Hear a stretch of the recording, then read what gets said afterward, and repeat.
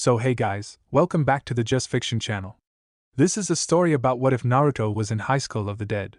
Part 1. If you guys enjoy this what if, and you want to see part 2, comment down below. And let me know before I start. Please do support for more awesome content. And leave a like and don't forget to subscribe to my channel. And also share this video with your friends.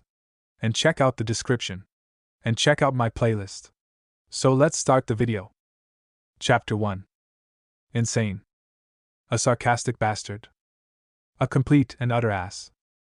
If a student of Fujimi Academy were asked to give their honest opinion of one Naruto Uzumaki, and they possessed the knowledge of knowing that no harm would befall them from bad-mouthing the blonde menace, that would be some of the more common responses from the student masses.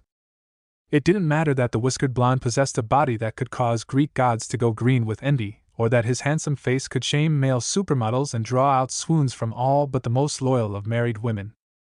It just didn't matter.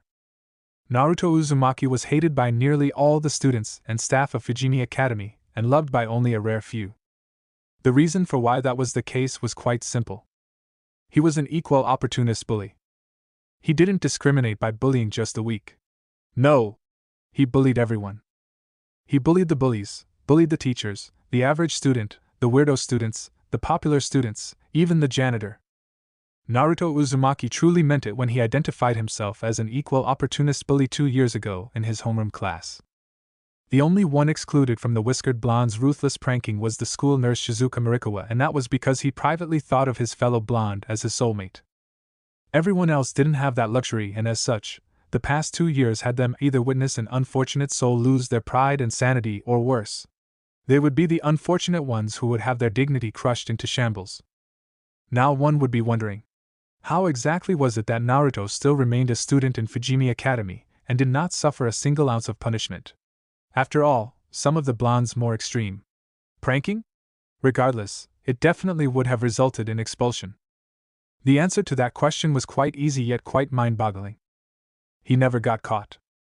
Naruto Uzumaki, who had perpetrated hundreds upon hundreds of pranks in the past 2 years, was never caught, not even once. The only reason people knew it was him was because of his disturbing declaration on his first day of enrollment, something that had to do with him saying that he would make the life of everyone in the building hell for the next 3 years. Well, that and because of the wicked grin that was painted on his visage whenever he got to witness the fruits of his labor happened just as it began to take effect on the unfortunate soul of the day. Or souls.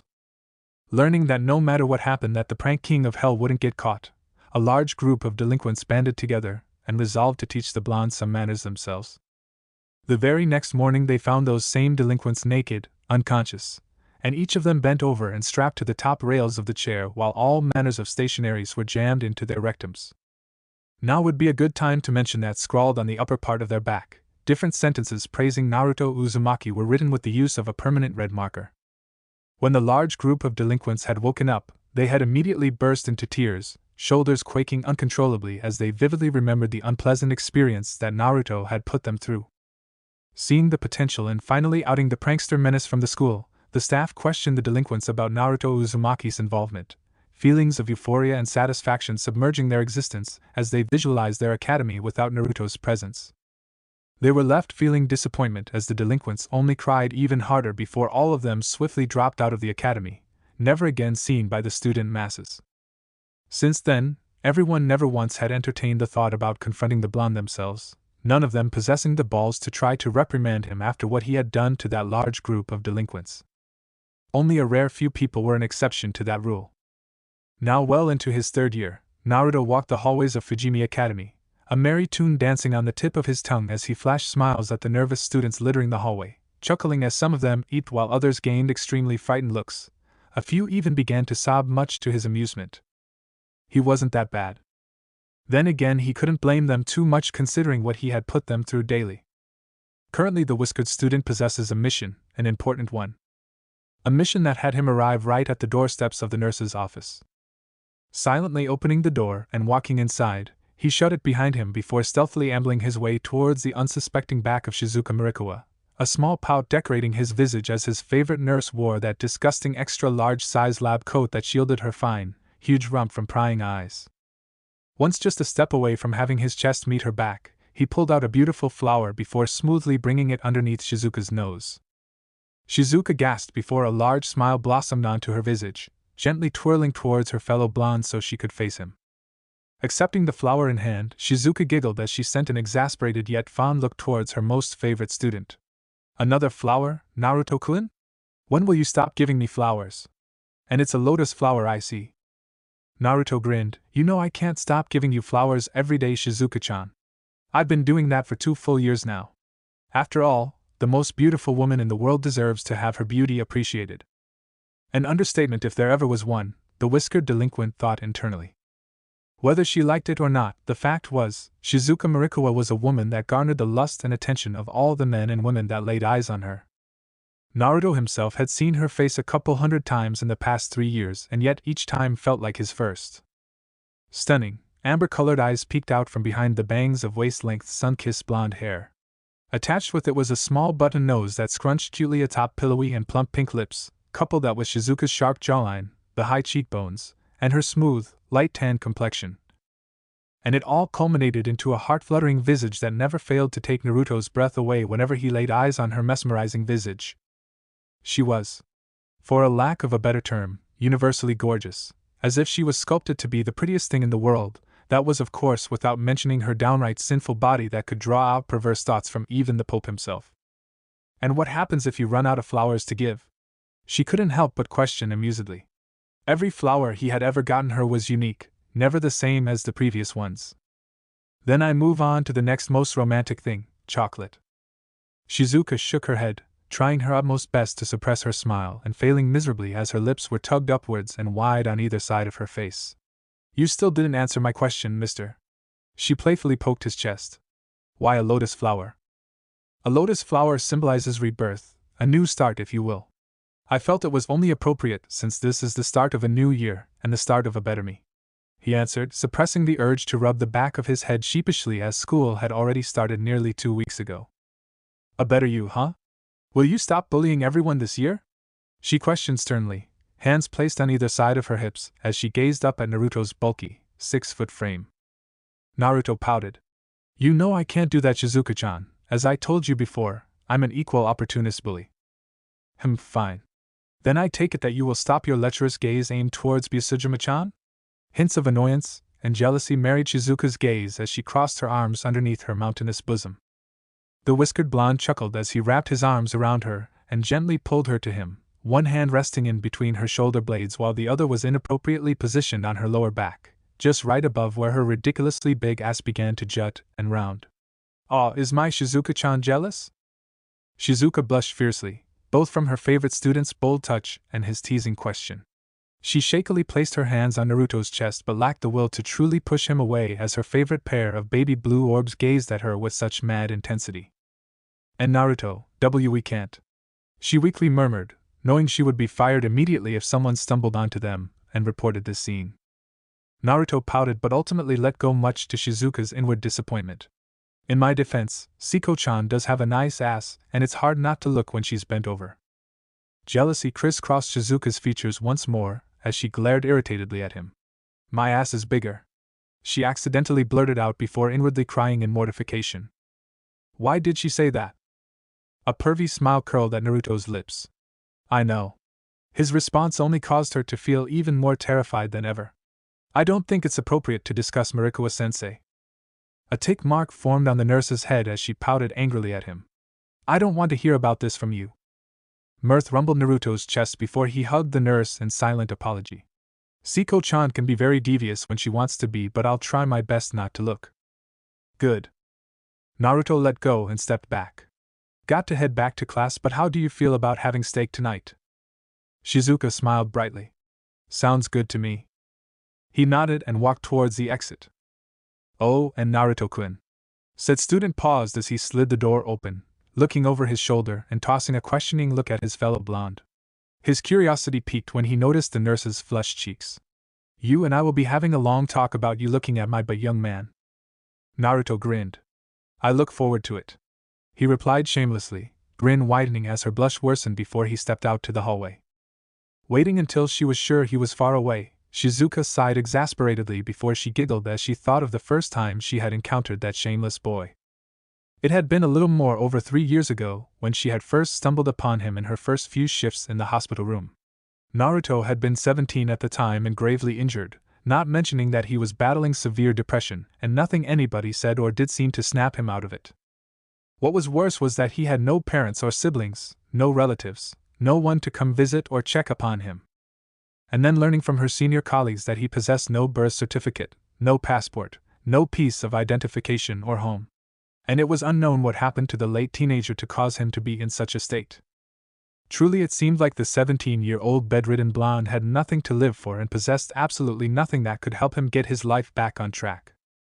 A hypothesis that proved much to be true when she had personally questioned Naruto, and he mutely nodded before refusing to answer any more of her or her colleagues' inquiries. The thing was, Shizuka was too kind for her own good. It was why she had gotten into nursing and why she was aspiring to be a doctor. Because she cared greatly about people, whether it was those she personally knew or otherwise. Seeing a depressed, bedridden 17-year-old with no family, no home, no financial support so to speak, and knowing that he wouldn't ever be happy with a foster life, if he even got accepted into one that is. It did it for her. From there she had volunteered to look after the 17-year-old and help him as much as she could, a concept that surprised all her colleagues and even Naruto himself. Once discharged, Naruto stayed with Shizuka temporarily.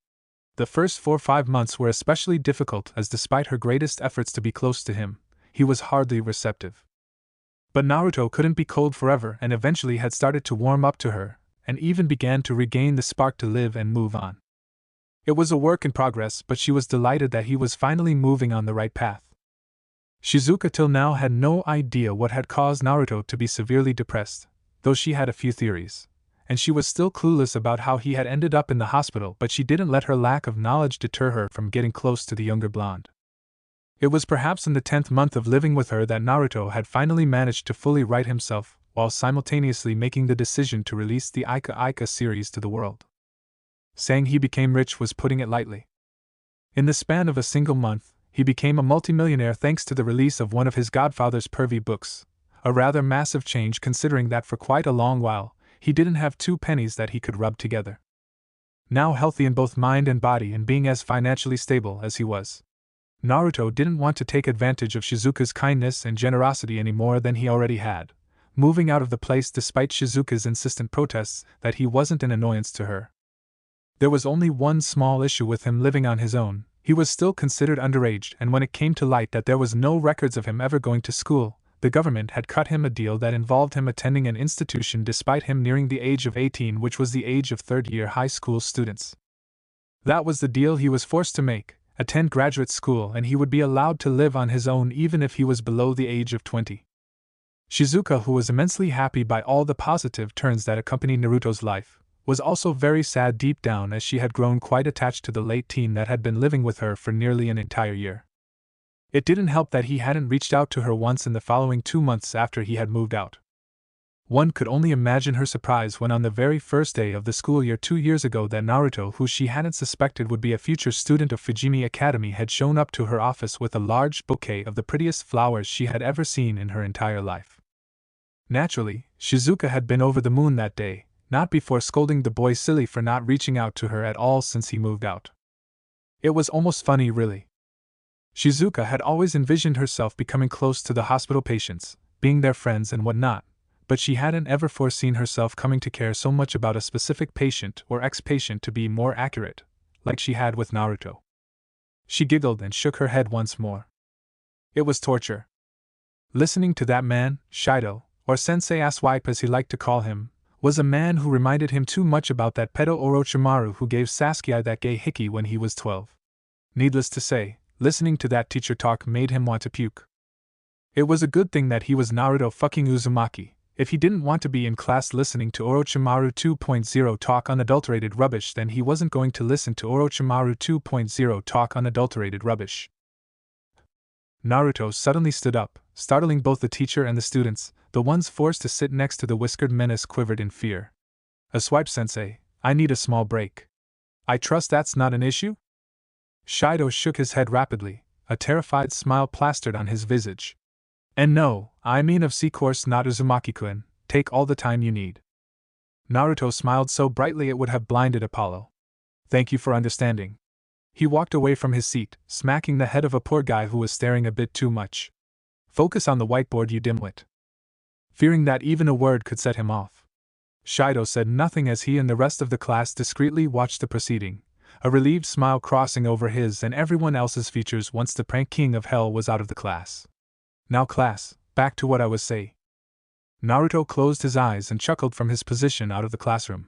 Not seeing the need in staying here any longer, the ex-shinobi walked the halls of the academy, determined to get some fresh air into his lungs.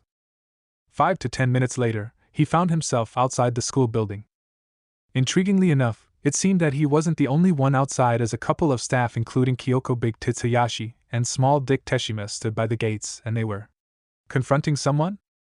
Driven by curiosity, Naruto couldn't help but approach them while keeping a wary eye just in case the situation demanded it. Except the blonde also wanted to get a good look at that round and jutting rear that stretched out Kyoko's skirt. Not that any sane, red-blooded man could blame him.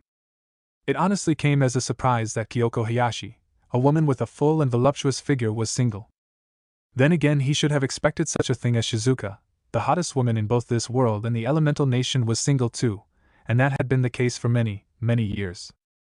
But back to Kyoko Hayashi, she was a woman of extravagant appearance, with reddish-brown hair that framed a strict yet kind heart-shaped face, big brown doe eyes that hid behind a pair of nerdy glasses, a nice pair of lips on top of an angular and sharp jawline. She was a beauty, certainly easier on the eyes compared to Teshima.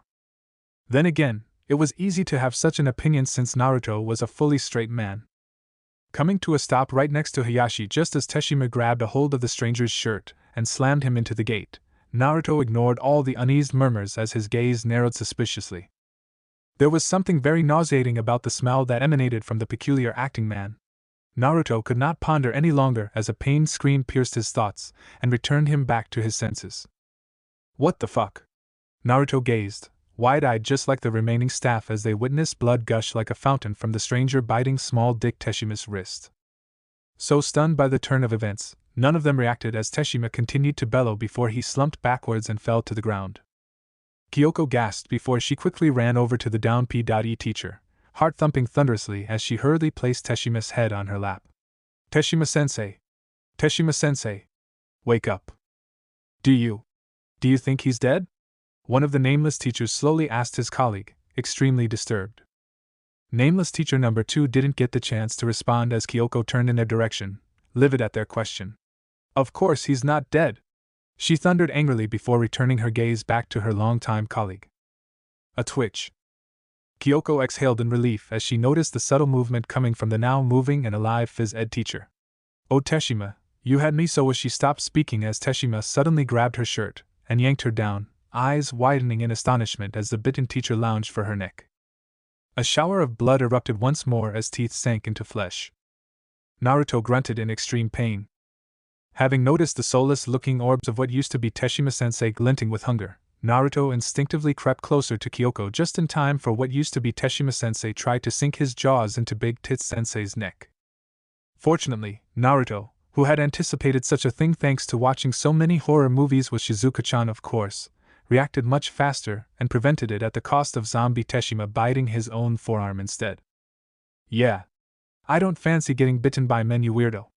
Naruto slammed his fist into zombie Teshima's face, watching with complete satisfaction as the man's dead body was sent flying a few feet away. You Uzumaki-kun, are you alright? Kyoko worriedly asked as she stood up, concernedly gazing at the red bite mark that was decorated on her student's forearm. Naruto hid a wince and nodded. I'm alright, Big Tits Sensei. If it had been any other time, Kyoko would have bristled with anger before lecturing the whiskered blonde about manners and proper conduct. As it was, she could only shakily nod before another scream greeted her ears. Turning towards the source of that ominous sound, Naruto and Kyoko were bewildered to learn that the stranger from outside the gates from earlier had somehow gotten inside and bit Nameless Teacher number 1, while Nameless Teacher number 2 fled for his life. Grunting in annoyance, Naruto quickly whirled towards the female teacher, bending his knees as he wrapped his arms around Kyoko's legs and hoisted the startled women over his shoulder. You Uzumaki-kun, what do you think you are doing? She questioned, a color of light pink flushing her visage as Naruto ran back inside the institution. I can run on my own, Uzumaki-kun. No, you can't. You're wearing heels and there's a high risk of you tripping and having those zombies bite you," he replied. Kyoko Hayashi was rendered silent as the blonde did have a valid point. There was absolutely no way she could run in her heels. Unknown to the hoisted woman, there was another reason behind why Naruto had carried her, and why over his shoulder. What was that reason, one might wonder? To enjoy the feel of that thick bubble but jiggling on his face. Was he honest in that he carried her so she wouldn't trip? Absolutely. He wasn't gonna let someone innocent lose their life if he could help it. That said, he didn't see a reason not to enjoy himself as he saved a damsel in distress. "Uzumaki-kun. You can let me down now," Kyoko subtly ordered. Naruto complied and lowered the ping-pong teacher, resisting the urge to pout as he rather enjoyed the feel of one of Kyoko's soft, thick cheeks wobbling on his face. "Your arm. How does it feel?" she worriedly asked before bowing her head sullenly. "I am so sorry that you were bit because of me. It's due."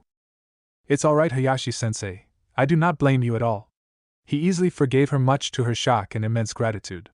"I've had meaner injuries, but never mind that. I have to go to the nurse's office and protect Shizuka-sensei. I take it that you wish to go to the principal and inform him of this development?" He crossed his arms and stared at her expectantly. Kyoko nodded. "I must warn him," so he could announce and notify Eve. She was cut off from her speech as the principal's voice rang across the school. "This announcement is for all the students and teachers. An emergency situation is taking place inside the school right now.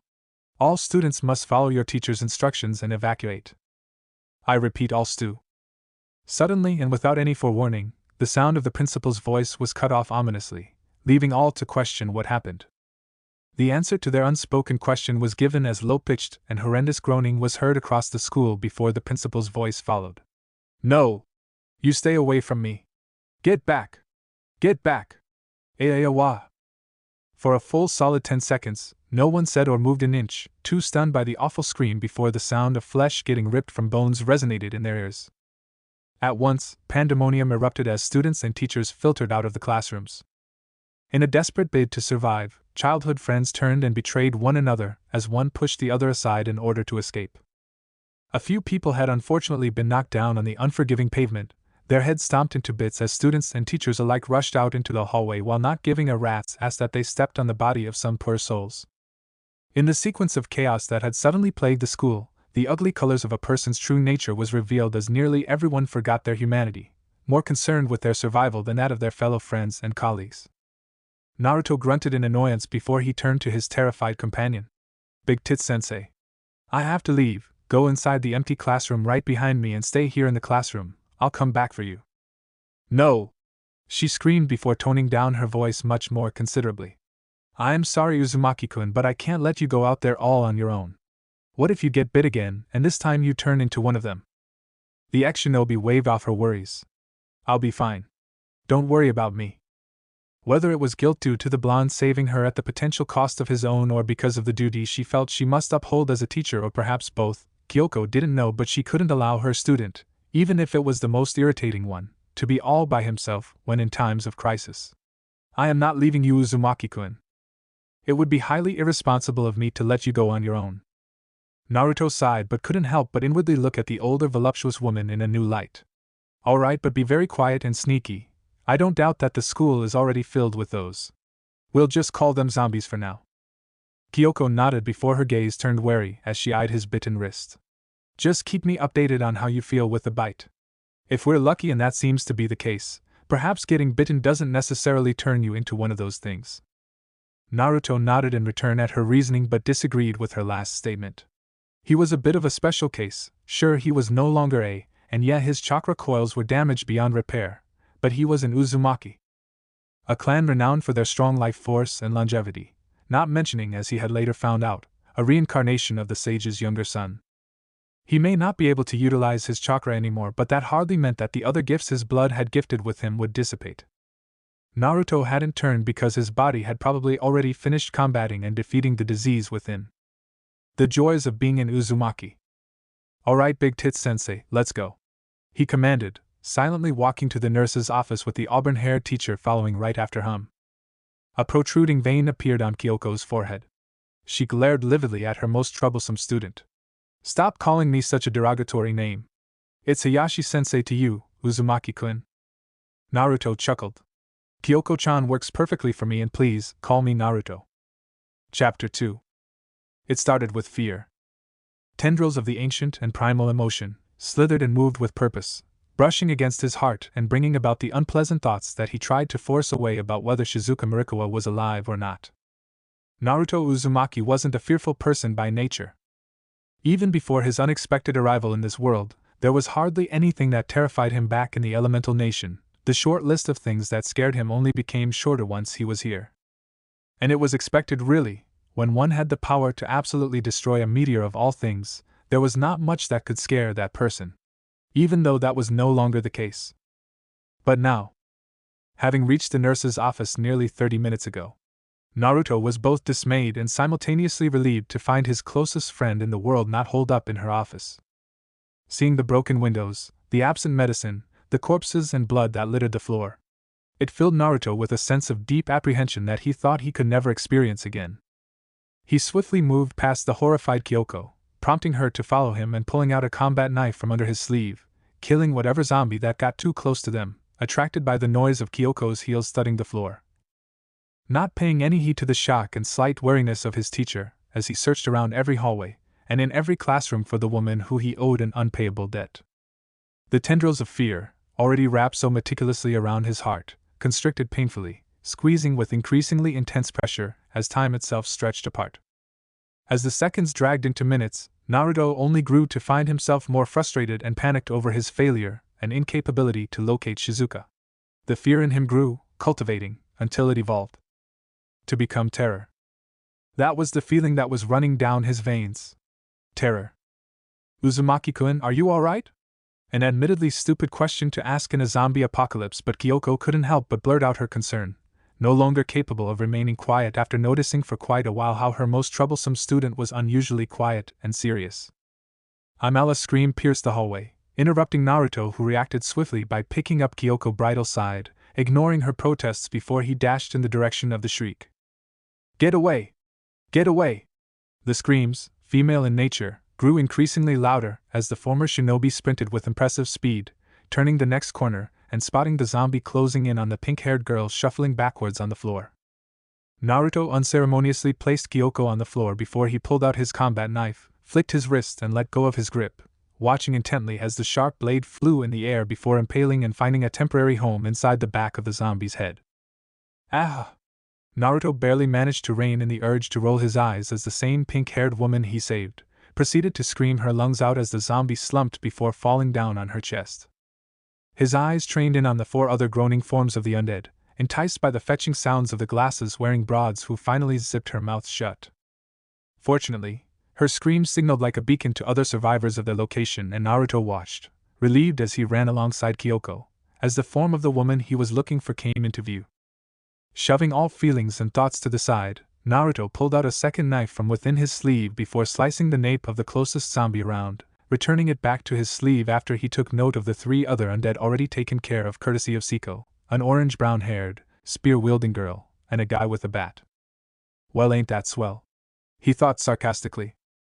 Walking slowly to the pink-haired woman, Saya, if he remembered correctly, he ignored her trembling form along with all the other looks of wariness and distrust from the others as he knelt down, removing the knife lodged in the back of the zombie he killed before wiping the blood away with his sleeve. Standing up, Naruto ignored the crying form of Saya, now comforted by Siko, locking eyes with the visibly happy but worried Shizuka and exhaling in relief as all the terror wound up inside him dissipated within seconds. It was 20 minutes later, holed up in the large room, that Naruto finally allowed himself to really relax as he quietly pondered on the recent turn of events. Looking at the matter analytically, the fact that not even a single police officer had investigated the school meant that their hands were full. And considering how quickly the situation deteriorated with going from one walking corpse to hundreds, there were no 2 ways about it. The city and probably even the whole country was already infected. And maybe even the world. Naruto grimaced at the thought. If the situation wasn't so dire and grim, Naruto might have been impressed at how quickly this disease spread. Considering before today, none, including himself, thought the world would now be also compromising of the undead. Turning on the faucet, he wiped away any residual marks of blood on his hands and visage, eyes darting to the bite wound on his wrist and letting out a short laugh of relief as the scar was already beginning to fade. Naruto was almost certain that he would be alright. Not having access to his chakra anymore didn't mean his body's natural vitality would decrease. But of course, there was no way to know for certain until later on after he was put through the circumstances of getting bitten. And fortunately, his body came through like he predicted. Though speaking of fortunate, Naruto muttered a quick prayer of gratitude to God as his nerves really were set to fry with how much he fretted and worried about Shizuka. It had been a long time since he had begun to panic and feel terror like he had over 20 minutes ago. Seeing her alive and without any bite marks helped put his heart at ease. Was a bit of a shame that he didn't really get the chance to privately speak to her, but the shinobi was patient. Exiting the washroom, the sound of talking reached his ears and Naruto walked over to the group, exchanging a nod with Kyoko before he stopped to stand alongside Shizuka. Saya closed her eyes in silent frustration. Medical logic doesn't apply to corpses that move around and attack humans. Worst case, they might never decompose. Decompose? He was confused. First things first, we find out if our families are okay, then we must find a safe place to hold up for a while. Siko stated. Safe place. Naruto uttered the syllables slowly, dragging everyone's attention to him, while he turned to his favorite nurse. Shizuka-chan, you don't think that purple-haired friend of yours will mind too much if we went to her place and also borrowed some of her stuff? Shizuka blinked. Rika? No, I'm pretty sure she wouldn't mind. In fact, I'd imagine she'd want us to go and also put her weapons to good use. Rei narrowed her eyes in suspicion towards the relationship the two blondes seemed to share. She opened her mouth, only to close it as Takashi spoke up. Weapons? What kind of friends do you have in Shizuka-sensei? Oh, Rika's the best. Shizuka gushed happily, a cheerful smile etched on her features. She's from the military and she has a lot of weapons that she stores in her apartment. I have a spare key she gave me as she is usually away and it was up to me and Naruto-kun to clean up the place. Okay. What kind of relationship do you have with this delinquent? Rei could not hold back from asking, her curiosity shared and matched by the other occupants of the room as they stared curiously and suspiciously at the duo. Even Siko, who had been around the pair, failed to understand the dynamic between them and wanted to know for quite some time. Inwardly grinning mischievously, Naruto decided to answer that question before Shizuka could respond. If you really must know, we're secret lovers, he said with utmost seriousness. Nanny! Naruto winced and covered his ears as Rei, Kyoko, and Saya bellowed their confusion, muttering another prayer of gratitude that the room they were in was soundproof. Why? He had no idea and frankly, he didn't care. His eyes flitted across the rest, and he could see Takashi and Kuda as he learned their names, gushing out blood from their nostrils while nodding approvingly at him. Siko was the only one who didn't believe him, it seemed. Quite expected, as she was a regular victim of his pranking and was well aware of his mischievous nature. Though he knew it was a bad idea, Naruto could not help himself from expanding upon this fun and harmless prank. Me and Shizuka-chan even had a go today, she likes taking it in the rear. Interestingly enough, the fountains of blood that spurted from the nose and drenched the room emerged not only from Kuda and Takashi, but from Rei and Kyoko as well, who had massive blushes of their own on their features. Even Siko and Saya were blushing. Suddenly, Naruto's sense of danger went haywire. He shivered as the hair on his arms stood to attention. A positively evil giggle rang from behind him and Naruto gulped before he slowly turned around and wished he hadn't. Shizuka smiled brightly, too brightly, eyes closed as her shoulders shook in what was either supposed to be mirth or fury. Bam! It was furious. Naruto realized that the hard way as he nursed the comically large bruise on his head, wincing as he held his head and sent her an annoyed stare. Shizuka scowled and cracked her knuckles. She looked menacing. Or, to be more accurate, would have looked menacing if not for the fact that her face was drowned in a mesmerizing shade of a red rose. That's not funny, Naruto-kun. The ex-shinobi pouted. I disagree. Look, we do not have time for this. What we need to do is take the keys to one of the buses, get out of here, go to Shizuka-sensei's friend's place, and get some weapons to defend ourselves. Saya interrupted furiously, returning the tense atmosphere to the group. While I would have been kinder with the tone, it doesn't change the fact that Takagi-san is right. Kyoko spoke up, the blush fading away as she rummaged through the drawers before finding the key to one of the buses. So let's not waste any precious time, we can't afford to be in this perilous situation. Naruto looked around, seeing everyone puff up their chest in determination, and had him wondering if he was in some sort of anime. The synchronous reaction was too much. Well, if he really was in an anime, now would be his moment to shine. Alright, listen up, losers. Seeing the unhappy look in the face of his most favorite person in the world, he added. Except you, Shizuka-chan, you're awesome. Shizuka blushed before giggling lightly at Naruto's charm. Our goal is to reach the school bus and get out of here. We can go guns blazing even if we have no guns, but there are only God knows how many zombies out there. Our best approach is stealth, so minimize the noise and be quiet. He ordered. I'm sorry, and who made your boss, you delinquent? Rei looked at him challengingly, loathing the idea of having to follow the leadership of Naruto Uzumaki of all people. Takashi, Hirano, and Saya shared uneasy looks while both Shizuka and Kyoka looked conflicted. Only Siko seemed unbothered by his desire for leadership. He sent her an unimpressed look. Me. Now, unless you want itching powder stuffed down your gullet and green hot peppers strapped to your nostrils via tape, I suggest getting used to me taking charge. Understood. He raised his voice a little at the end. Rei paled and nodded her head rapidly. She may have detested the idea of Naruto leading them, but she detested being a victim of his brutal pranks even more. Wonderful. Naruto clapped his palms together before sending a cheerful smile towards his fellow students. I trust you all don't have an issue? The answer to his question arrived in the form of feverish shakes of the head and nervous smiles. Good, then let's get out of here, Naruto declared as he slid the door open, stepping out into the empty hallway before he looked over his shoulder at his group. Alright, here's the formation, triple Chinquin, Naruto said while pointing at a visibly depressed Kuda. You're out front, put your skills with that weapon to good use. Hi, sir. Kuda saluted him, his sadness disappearing as quickly as it appeared as he moved forward. Turning to Takashi and Rei, his lips quivered into a normal, yet scary grin. Rotten cheeseburger, annoying orange. You two will be together on the left side of the formation. Naruto ignored the growls and clenched teeth from the duo as his eyes descended on his second most favorite person in the world. Siko-chan. Despite her greatest efforts, Siko felt her lips get tugged into a smile. Yes, Naruto? Be a dear and guard the right side. She nodded and moved in position. Shizuka-chan, Kyoko-chan, and Howler Monkey, seeing as you three are not the fighters in our group, you three will be in the middle while I guard our rear. Without fuss, they went into the center, Saya mumbling curses as she glared at the shinobi who didn't even notice her ire. Before we begin, is there anything relevant that any of us need to know? They react only to sounds, Saya declared. They each individually have the strength to break down a door, so avoid getting caught in their hold. Siko added. Good to know. Naruto nodded at both of them. Although that sound theory will be needed to be tested out, there is no harm in being silent and stealthy. Now with that out of the way, let's get moving. This has just become 10 times harder. Naruto idly mused as another group, one they had saved, joined them. Survival of the fittest, he supposed. As Naruto brushed past the door, the metal weapon of one of the male members from the other group carried, banged lightly against the rails of the stairs, generating a loud echoing sound heard across the entire school campus.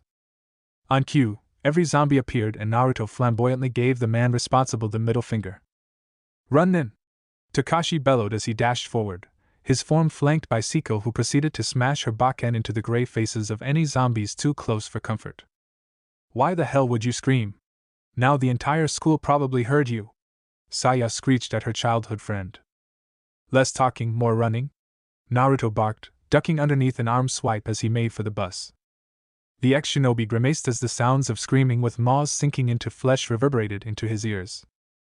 If he had access to his chakra, protecting everyone would have been child's play. Leaping to the side from a zombie that lurched in the position he was formerly in, Naruto slashed at the gray-skinned cunt before he resumed his running, his impressive, otherworldly biology allowing him to easily make up the distance as he protected Saya, Kyoko, and Shizuka from any of the bloodthirsty undead from behind. Fortunately, the distance to the school bus hadn't been excessively far and Naruto stood guard in the parking lot as Shizuka entered, slashing and killing away at the nearby zombies with Siko and Takashi assisting him in. Whoosh! A nail flew in the air before finding a home in the forehead of a zombie that got too close to Takashi for comfort. Naruto looked over to the open window and nodded approvingly at Triple Chinkun before focusing back on the horde of undead that he needed to eliminate. A task that was none too hard for the blonde who was already making swift work of them, slicing at their head and dancing around them for the fun of it. Suddenly, the sound of the bus came roaring to life, and Naruto had to grunt as his fun came to an end, cleaving through the horde with finesses that didn't belong to this world. Turning to the awestruck Siko, who had just a mere moments ago witnessed his skill, Naruto flashed her a charming grin and bowed. "After you?" The president of the Kendo club snapped out of her stupor and couldn't help but send her friend an amused smile. "Being a gentleman now, are we?" "Better late than never," he replied while delivering a spinning hook kick to the temple of an undead attempting to jump him from behind. Siko giggled before entering inside. Takashi followed soon after. "Help us!" Naruto paused as he entered inside, turning towards the direction of the cry and watching mutely as a group of students alongside Shido-sensei ran to them. "Who is that?" Takashi softly questioned. "Shido. The teacher of classroom 3A." Siko answered him. Everyone were ready to go, Shizuka announced to the group. Kyoko abruptly turned to the nurse. "Don't leave just yet, Shizuka-sensei. We must wait for the other group to reach us." Rei went red with fury. "We are not letting him come with us." "Are you insane?" Takashi looked at her incredulously before a hint of anger crept to his tone. "We can't just leave them." Naruto interjected before the group could dissolve into an argument. "We are waiting for them. While I am none too fond of that teacher myself, the students with him shouldn't suffer because of your grudge against Shido." Rei bit back her retort, crossing her arms underneath her ample chest before angrily looking away. "Guys, we have lots of them out on the front," Shizuka panically announced. The former shinobi gazed out front, and true to the nurse's word, he could see plenty of those undead fuckers blocking the path to the exit. "Then just run them over," Takashi replied tensely. Saya looked irritatedly at her childhood friend. "Not an option, the bus will roll over if we don't do something about them." "I will take care of them, Shizuka-chan, and get ready to leave once they're on board," Naruto ordered before he jumped out, ignoring Shizuka's shrieks to get back in as he pulled out his twin knives before he leapt at the closest zombie around. Having trained extensively since the age of 6, the very art of fighting was ingrained into Naruto's very soul. He may have lost his ability to use chakra, yes, but years of practicing the katas, the motions, the muscle memory of stances and forms. They didn't just go away. No. Fortunately, Naruto still remembered how to kick ass, and he did it pretty well. While it would come off as arrogant, the fact was, Naruto could face the most skilled martial artists this world had to offer, and he would still emerge victorious even without his chakra. His skills as a hand-to-hand fighter were just on another world, quite literally if he wanted to brag. Against the most skilled fighters, Naruto barely broke a sweat, but against these bumbling, walking corpses? It was a slaughter. It mattered not that 24 of the undead circled the blonde in an attempt to feast on his flesh. Naruto was just too fast, too skilled, to be caught by the sluggish movement of the undead corpses that could be beaten by fresh out of the academy genin. Everyone in the bus watched silently, transfixed by the deadly display as Naruto danced and cleaved through the crowd of zombies. Yet despite their amazement and awe, one in particular felt her heart sadden at the reminder that for how close they had gotten, there was still much she didn't know about Naruto as she would have liked, much about him that remained a mystery she seemingly couldn't uncover. Shizuka snapped out of her melancholy just in time to watch as the second group arrived before the students began pouring into the bus and finding a seat for themselves. She barely managed to stop herself from shivering in disgust as Shido's lecherous gaze, hidden behind a warm facade, traced over her body before he smiled widely. "Yo. I am grateful for your compassion, Shizuka Murikawa," he said with what he hoped would be a charming accent. Swallowing back the vial that she almost let loose, she gave a shaky smile as she opened her mouth to respond. "And I would be grateful if you say your skinny ass on a seat, asswipe sensei." Naruto spoke from behind him, saving Shizuka the trouble of replying as he climbed up before glaring at the shivering form of the sweating teacher. Why yes, Uzumaki-kun," Shido stuttered before heading all the way to the back to keep some distance between him and the blonde menace. Naruto scoffed before looking over at Shizuka. "Shizuka-chan, get us out of here and to Rika's place," he commanded softly before walking over to one of the empty seats and laying there. Taking a deep breath, Shizuka put the bus on gear and stomped on the gas pedal. The bus lurched forward in response, the sudden force on the pedal causing everyone to be pushed back into their seats as the large vehicle accelerated forward. She navigated the bus until it was on course for the front gate, eyes widening in panic at the number of living corpses standing in their way. "They're not human, they're not human, they're not human," Shizuka repeatedly chanted as she applied more force on the gas pedal, smashing through them before the large vehicle reached and plowed through the front gate.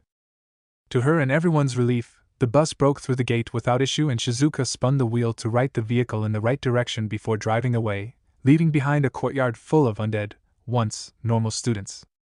Silence prevailed on the bus, whether it was due to shock, exhaustion, unfamiliarity, or a different reason altogether, no one knew. But regardless, a tense atmosphere clouded the air inside the bus, and even Naruto, laid back and easygoing as he was, wasn't really in the mood to joke around. Unfortunately, not everyone was in the mood to pipe down and relax. Tsunoda, never one to read the mood and also lacking any sort of semblance when it came to manners, rather loudly. "Where are we going? And why do we have to go wherever you guys want? Couldn't we have just found a well-supplied room and stayed there until things settle down?" "Yeah." One of the students from Shido's group, a small homo sapien with seemingly no redeeming qualities, quipped in. "It would be a lot safer than just randomly driving on the road." Naruto inwardly rolled his eyes at the statement. That sounded like a brilliant idea, he thought sarcastically. Saya looked over at the pair with clear annoyance, her thoughts unknowingly mirroring the blonde's. "Have you both forgotten that it was you all who ran to us?" She stressed that point, ignoring the growling of the larger man as she humphed. Takashi nodded in clear agreement. "That's right, it was you guys who made the choice of leaving school alongside us, we didn't choose for you." Evidently, that was the wrong thing to say as Tsunoda's eyes narrowed in rage. "What did yo?" Shizuka slammed hard on the brake, almost knocking the delinquent over as she unbuckled her seat and turned around to let her ire be known. "That's enough. I can't focus on driving with you all yelling." Her outburst effectively stunned everyone inside the bus, as it was a first that they had witnessed the incredibly kind, patient, and soft-spoken woman lose her composure.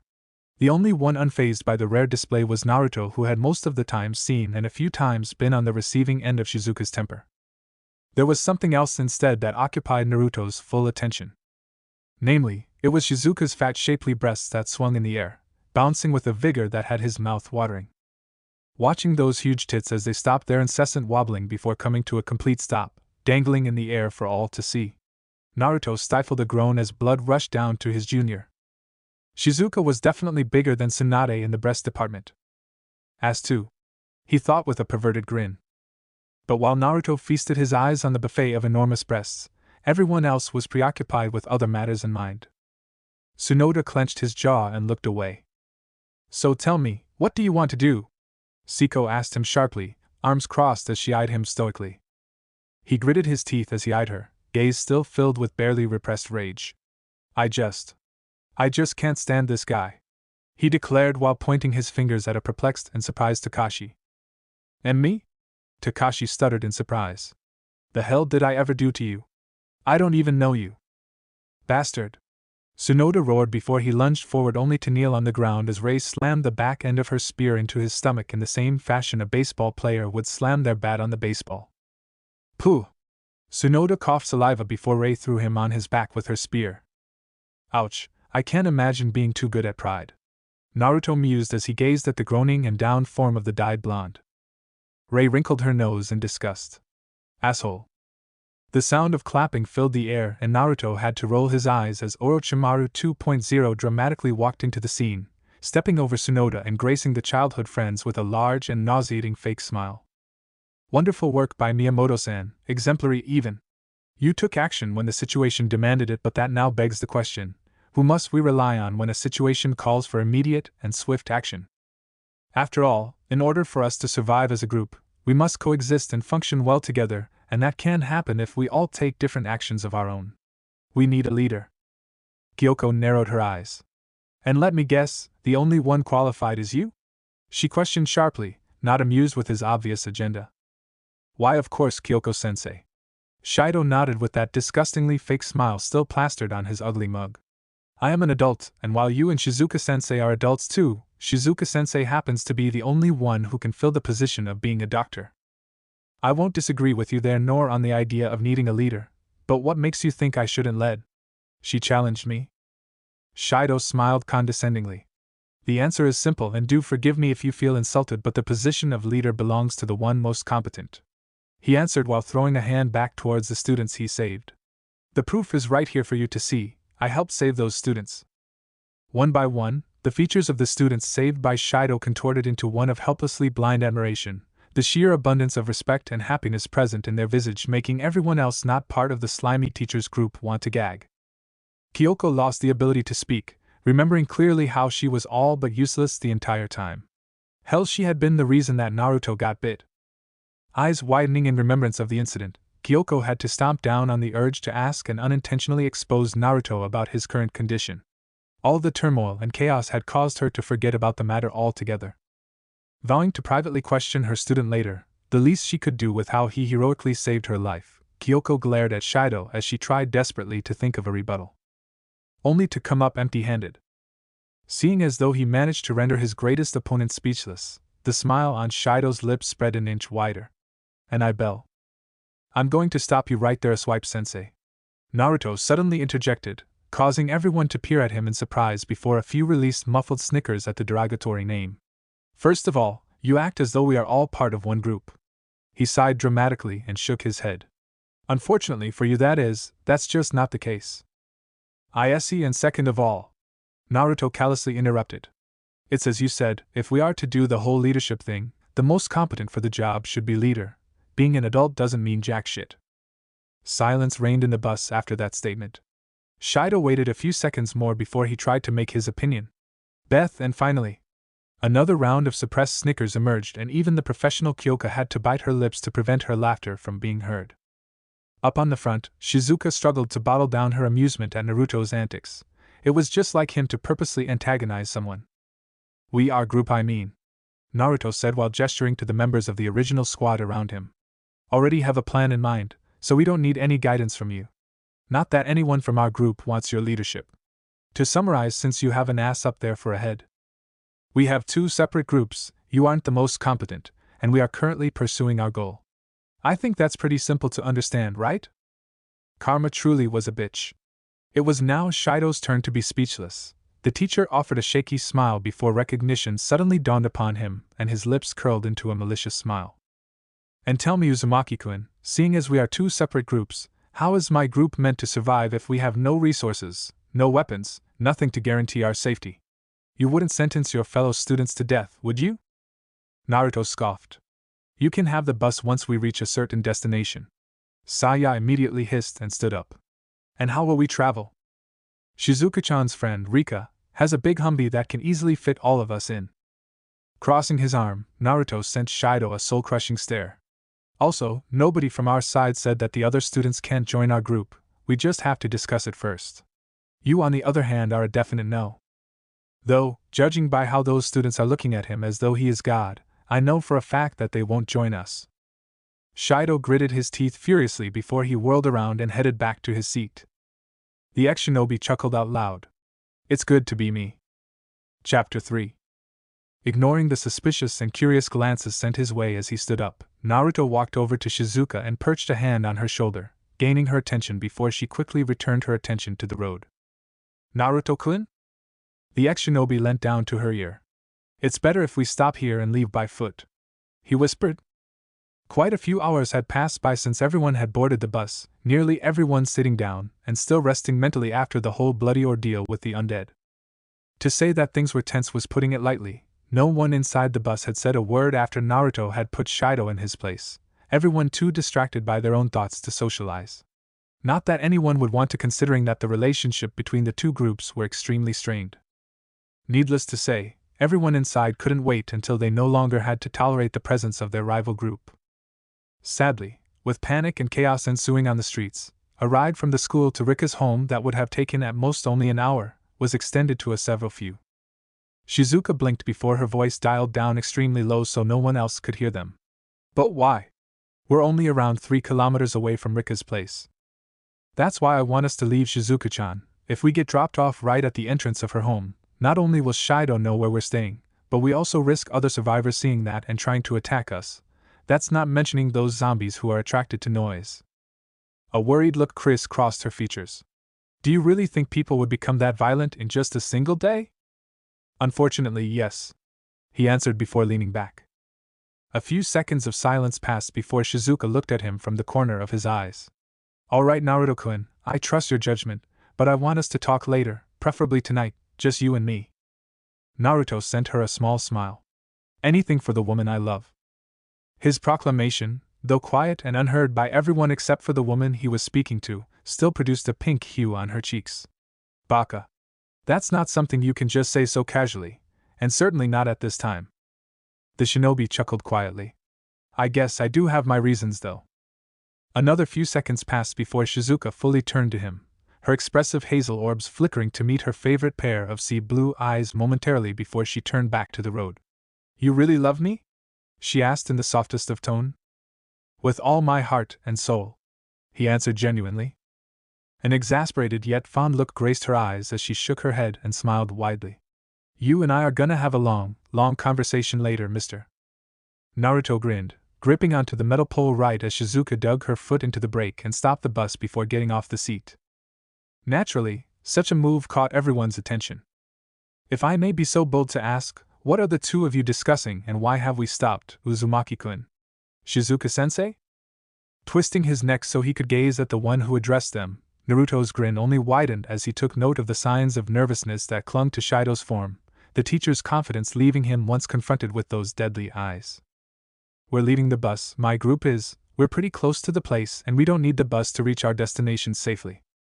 Saya instantly approved of the blonde delinquent's plan. I agree, and I believe I speak for all of us, Shido-sensei, when I say that none of us are willing to stay here any longer.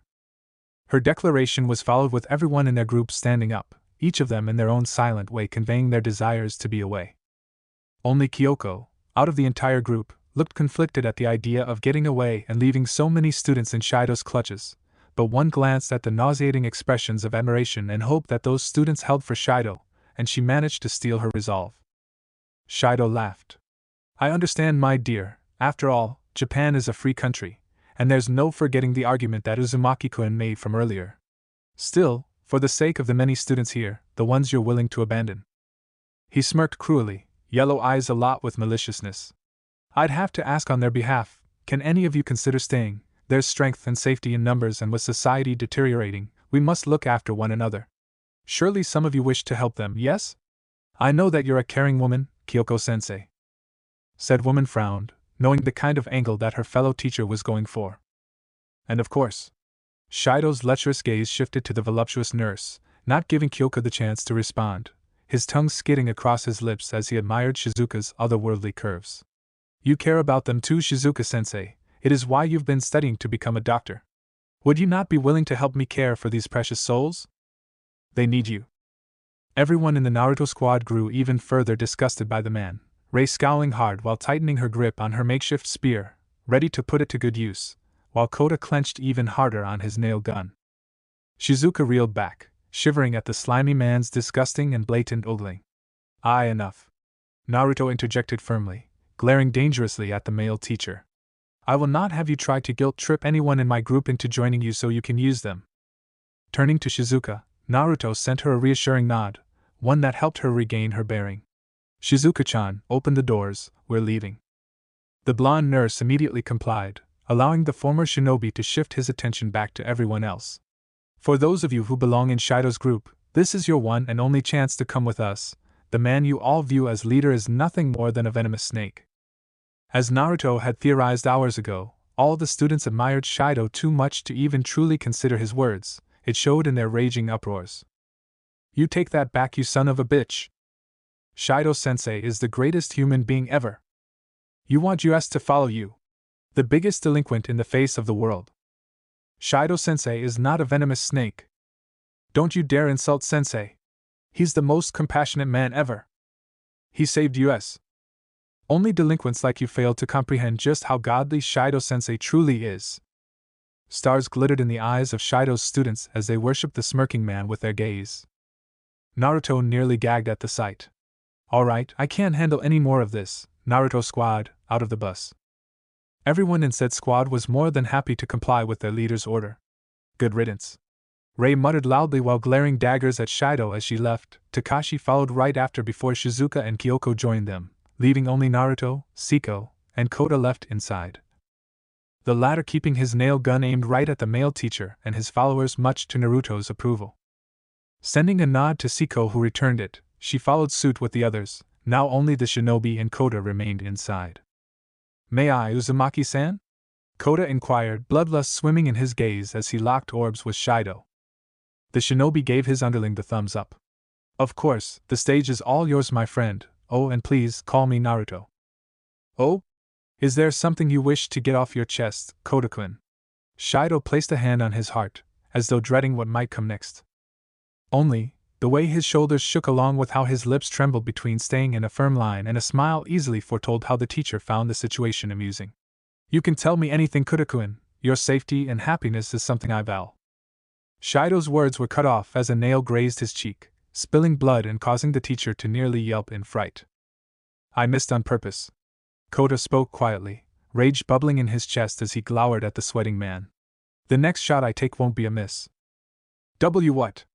But you're not a violent student, Kota. You have always been a civil and polite young man. Shido uttered shakily, his amused smile having long since faded away. I tried my best to ignore the bullying, to ignore the fact that you turned a blind eye to my problems and even encouraged others to pick up on me. Shido paled as Kota's voice incessantly increased in volume. I was civil because I wanted a normal life. Even after all the times you bullied and made fun of me. Silence engulfed the bus after the roar. Naruto couldn't help but be impressed. Taking a deep breath to subdue his rage, Kota continued more calmly. But normal is not something we'll have ever again. This is your only warning. Mess with us and I will be the one to kill you. In the most painful way possible. Gulping, Shido shakily nodded. Placing a hand on the gun otaku's shoulder, Naruto sent him a nod before they both backtracked to the exit. Adios to you all, a swipe sensei and a swipe sensei's deranged cult. The ex-shinobi gave them a two-finger salute before both he and Kota finally left. Everything alright, Kota? We heard you yelling. Takashi stepped forward in concern. Kota rubbed the back of his head sheepishly, reverting back to his meek demeanor much to everyone else's amusement. He's good, he was just being a badass and putting an asswipe in his place. Naruto spoke on his behalf before he could reply. Which speaks of. Naruto turned into a gun maniac. That was pretty cool, brother. You've officially earned my respect. From here on out, I shall call you Gunner. Is that acceptable to you? Kota was moved to tears. Hi. Excellent. Naruto grinned before turning to everyone else. Now I don't know about you losers, but I'm not really interested in continuing to stand on the road like an idiot. Follow me, please. Oh, and before I forget. The ex-shinobi turned around to face them. We'll also go to any nearby stores, get some necessities like food, medicine, anything important. That includes? Naruto eyeballed the pair of women that he came to associate with as annoying orange and howler monkeys. The stuff you need for when you're on your period. If the two of you are annoying now, only God knows what kind of horror the two of you would be when you're in your period. If you're not already. Rei and Saya clenched their fists in fury, veins bulging all around their features. Before they could give the blonde a piece of their mind, Naruto raised his chin, smirked smugly and spoke. Make sure to keep the volume down, in case you've forgotten, our gray-skinned bumbling friends are attracted to noise. With the Naruto squad raiding a few abandoned stores, it took them a bit longer before they had finally made it to the residence of Shizuka's residence, having taken somewhere around an hour to an hour and a half until they finally reached their journey. Fortunately, they hadn't met any survivors on the way and the undead they had encountered were few in numbers. Made sense since nearly everyone was heading to the bridges to escape all the chaos. Now well into the early night, it came off as no surprise that after making sure that no one was inside the house that the first thing the girls did was claim the bathroom for themselves, calling dibs on showering first, and forcing the boys to be productive in the meanwhile. That's how Naruto initially found himself wound up with Takashi and Kota, watching the pair amusedly try relentlessly to open the safe inside Rika's bedroom. He was more than content to just watch, but alas, Kyoko, the only woman who didn't get in with the remaining girls inside the bathroom, was intent on privately conversing with him. Naruto knew what the topic was about. It was obvious, really. Truth was, he was surprised that she took so long to confront him. But hey, whatever. Which was why he currently stood face to face with the lovely redhead? Brunette? He was just going to think of the woman as a redhead. Well, anyway, he stood with her outside in the backyard, away from the curious eyes of everyone else. Kyoko-chan, how are you? He asked with a silly grin. Feeling her eyebrows twitch at the casual use of familiarity with her name, Kyoko had to resist the urge to scowl as her most troublesome student pressed her buttons. Uzumaki-kun, we need to talk. About your arm. Her eyes softened a great deal before she looked down in guilt. I'm so sorry, Uzumaki-kun, you getting bit is my FAU. What are you doing? Kyoko felt herself blush, scandalized as Naruto playfully pressed a finger into her nose before pulling it back. Naruto grinned. What do you think, Kyoko-chan? I just boobed your nose. Be serious, Uzumaki-kun. You can turn into one of those things and it's my fault. The shinobi laid a reassuring hand on the teacher's shoulder. You have no reason to worry about Kyoko-chan, take a look. Pulling up the sleeve of both his arms till they rested on his elbows, he showed off his forearms, slowly twirling them around so she could see the bite wound. There's no sign of a scar. She murmured in shock. Fretfully, she grabbed a hold of his arms, bringing them to eye level so she could examine them closer. She took her time, looking all over his arms again and again. There's nothing. I remember seeing the bite wound on your left forearm, and yet there's nothing. How? Kyoko let go of his arms, so utterly surprised by the unexpected twist. The answer is pretty simple, Kyoko-chan. It's because the scar has healed. Huh? Oh, didn't I tell you? I'm an alien. Kyoko blinked. Having a good idea of what probably would come next, Naruto covered her mouth with his palm just as she bellowed. Huh! He grinned while returning his hand back in place. Surprise. What the hell do you mean by you're an alien? This is no time for jokes, Uzumaki-kun. Okay, fine. I'm a ninja from a different dimension with all kinds of special powers, he said with a snicker. Kyoko clenched her jaws in frustration. For the love of all things holy, can you just be straight with me? Naruto lost his cheerful deposition as he eyed her seriously, causing the redhead to nearly step back in surprise. All right. The truth is, I don't really know how or why, but ever since I was a kid, I learned that I had a strong healing factor. Naruto half lied and half spoke the truth. It's been like that all my life, and I never brought it to anyone's attention because I know it would bring me the wrong kind of people into my life. The best lies always had a grain of truth to them. While he found the act of deceiving the teacher distasteful, Naruto wasn't anywhere near comfortable disclosing his origins to Kyoko. I know it sounds unbelievable, but you're now a witness to me. Healing abilities, how else could I have not turned into? Naruto breathed deeply and looked away, putting all his acting skills to use in an attempt to deceive her. All I ask is that you don't tell anyone, please. Snapping out of her shock, Kyoko looked at the blonde conflictingly. The teacher in her understood his reasons for not wanting to disclose about such a personal matter. She wasn't blind to the corruption of the government, and even the regular person. Perhaps it was a bit cynical of her to think in such a form, but there was no denying that had her students' healing abilities become public knowledge, he'd have to constantly look over his shoulder. Yes. She understood why he was so wary. However, for him to be able to heal from a bite wound and not turn like everyone else, such an ability at the present time was extremely important. This pandemic was already causing severe damage, and it was just the first day. But despite that, if Naruto were to allow himself to be subjected to experimentation, they could end the pandemic. They could develop a cure. That's right. He's the cure. Please, Kyoko.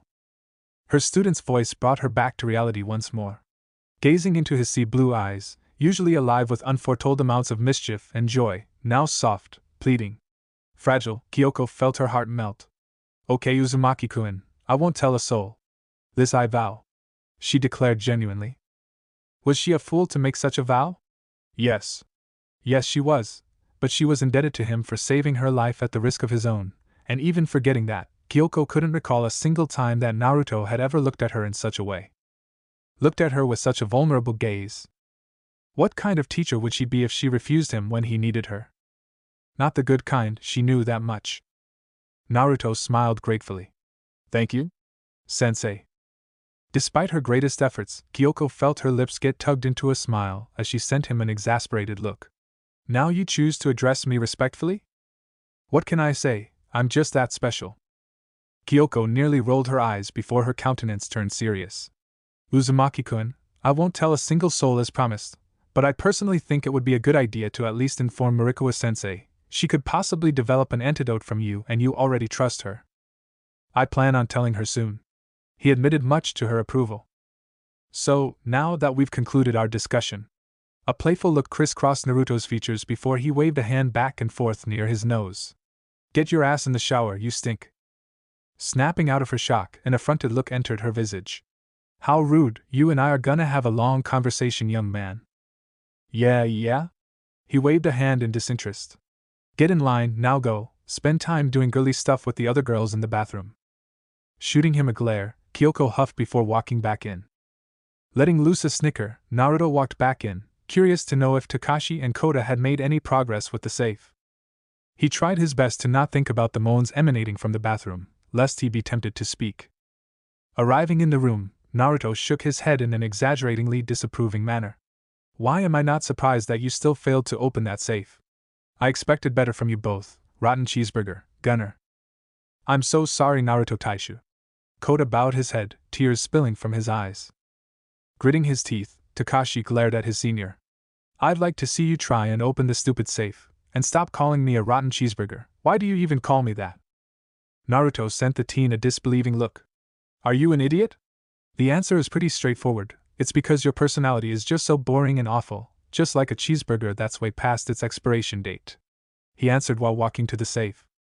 Now if you gentlemen don't mind, I need a little spa. Miyamoto-chan. This is so inappropriate. Like a set of dolls, Naruto, Takashi, and Kota turned their gaze to the wall, as though they had X-ray vision and could peer right at the source of those noises. Closing his eyes in thought, the ex-shinobi nodded in approval. Kyoko-chan has definitely joined the party. Grinning pervertedly, Kota nudged Takashi in the shoulder. Think we should check up on them? You know, just in case. Takashi bashfully looked away. As much as I'd love to sneak a peek look, I don't want to risk death knocking on my door. Grunting in annoyance, Kota turned to the blonde. And you, Taicho? I'm unfortunately going to have to refuse as well. Right now almost all the girls in the group are annoyed with me for one reason or another. I don't want to fan the flames even more despite the fact it would be more fun. Naruto rubbed his head sheepishly. But anyway, I have a safe to bust open. Grabbing the steel pole, Naruto propped it in place and with a hard pull, opened the safe for their viewing eyes. And that, my minions, Naruto said while gesturing inside to the weapons and others exciting accessories, is how you get the job done. Hate him or love him, there was no denying that he was effective with his work. A round of applause greeted his ears. Time skip, 2 hours later. Leaning on the rails of the balcony, a frown crisscrossed Naruto's features as he heard all the groaning and screams a bit far away inside the neighborhood. With his biology, all of Naruto's senses including hearing exceeded that of a regular human, and while it was normally a gift, at the present moment, he thought otherwise. Not even a sadist would enjoy the kind of pain screams that the thousands of civilians had been releasing today. And while the volume was dull and low, it still painted a good picture of what kind of horror was going on. The kind that he unfortunately found himself unable to prevent. The ex-shinobi barely quelled the urge to sigh. If only I could use chakra again. So distracted by his thoughts, he grew unaware of the world around him till he felt a pair of arms sneak around his midsection along with a pair of mounds pressed on his back. Naruto's eyes widened slightly before he shook his head with a small chuckle. Shizuka-chan, how many times did I tell you not to do that? You remember what happened the first time, don't you? A giggle was the answer to his response. He shivered as he felt her breath on his neck. Sorry. But you know I like hugging hiccup. The delinquent blinked before he turned around to face the busted nurse. Are you drunk, Shizu? Yup, you're drunk. Naruto deadpanned. Ignoring the subtle way her words slurred and the hiccup, along with the smell of alcohol. It was easy to tell the older blonde was intoxicated judging by the flush on her cheeks along with that look in her eyes. Not mentioning her interesting state of dress. From what he could tell, the only piece of article thing she wore was a long white rag wrapped and strained around at her breasts, and ending at her upper thighs. Please tell me no one else saw you in just a towel. Shizuka felt another giggle escape past her lips before she leaned her head into Naruto's chest. Are you jealous? Just a little. Don't worry, no one saw me. Everyone except the two of us has already fallen asleep. The girls are all sleeping inside the guest room while Takashi and Kota are sleeping inside the living room. I see. Naruto hummed curiously before he wrapped his arms around her in a hug, perching his chin on top of her head. Probably a bad time to say this, considering you're drunk and all, but I'm really glad you're okay. Shizuka's lips tugged into a smile, one that spoke of her melancholy. I feel the same way. You have no idea how scared you made me, you silly boy. I couldn't find you no matter where I was looking with Siko. The younger blonde's eyes softened. Sorry for worrying you so much. Her voice began to crack slightly. Bibaka, no point in apologizing you. You always make me worry so much. I suppose you have a point, still I'm sorry. Naruto rubbed her back soothingly, kissing the top of her head. Shizuku-chan, I know we said we'd talk tonight, but I'd rather do so when you're not drunk. Shizuka only hugged him tighter. It's okay, I just want us to stay like this. You and your love for cuddling. Naruto smiled fondly before it shifted to something a bit more teasing. Still, isn't it a bit inappropriate to cuddle when you're only in a towel? Taking a step back so he could see her face, Shizuka bit her lips seductively and smiled, a forbiddingly alluring glint nesting in her honey gaze. Come now, you know I don't care for how I dress when it's just the two of us, and are you really complaining about me being in just a towel? I'd be lying if I said I wasn't enjoying the view. Naruto admitted, almost shivering at the seductive look in her gaze. That said, I still remember you saying in the morning that we'll be having a long conversation because I looked at your ultra big ass. Doubt you'd suggest this if you weren't drunk. I trust you, she proclaimed genuinely before her tone took a bit of a teasing edge. Besides, we've cuddled hundreds of times, and I remember not all of them had me dressed innocently. A towel isn't so bad compared to some of our previous sessions. True in that case. Naruto scooped her up on the bridal side before he began to walk. I don't see a reason not to cuddle, but let's do it in bed. Not exactly interested in standing outside for hours. Shizuka swooned playfully. What a man carrying me like this. He only chuckled and shook his head. It still threw him off how Shizuka always underwent a complete 180 whenever she was drunk. From a bit shy and innocent, to teasing and downright seductive. Gently laying her down on the bed, Naruto affectionately kissed her forehead before he got up and walked over to close and lock the door. Oh Naruto, why are you taking so long? Naruto's sweat dropped. It was only a few seconds. Give me one moment, Shizuka-chan. Heading to the closet, he picked out a random pair of undergarments before strolling back to Rika's bed. I know a towel isn't so bad, but assuming you fall asleep, you'll be naked once the towel unravels. Shizuka giggled. And what's the problem? I know you like looking at my body. I love looking at your body. Naruto corrected, joining the woman in bed while handing her the garments. How shameless. Shizuka let loose another series of giggles as she graciously accepted the pieces of fabric before pinching his cheek, much to his confusion. You said my butt was ultra big. You're such a naughty boy. She purred before letting go. The ex-shinobi rolled his eyes and looked away. Shizuka-chan, quit wasting time and get changed. She pouted. Fine, but only if you promise to hug me good for the rest of the night. Done. Naruto instantly agreed. He couldn't say he found an issue with her stipulation. While not something they did too often, it wasn't uncommon either, as Shizuka had a bad habit of, like 3 out of 6 times, falling asleep on him after a good cuddle session. And it wasn't like he was immune to the whispers of the dream world. There were times where he too fell asleep alongside her, and it always culminated into them being a sleeping pile till either of them woke up.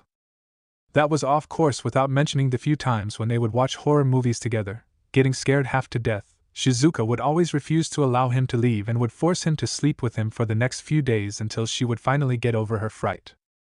Naruto didn't have an issue considering they had slept together many times. It was only a first that he was going to sleep with her when she was drunk. I'm done.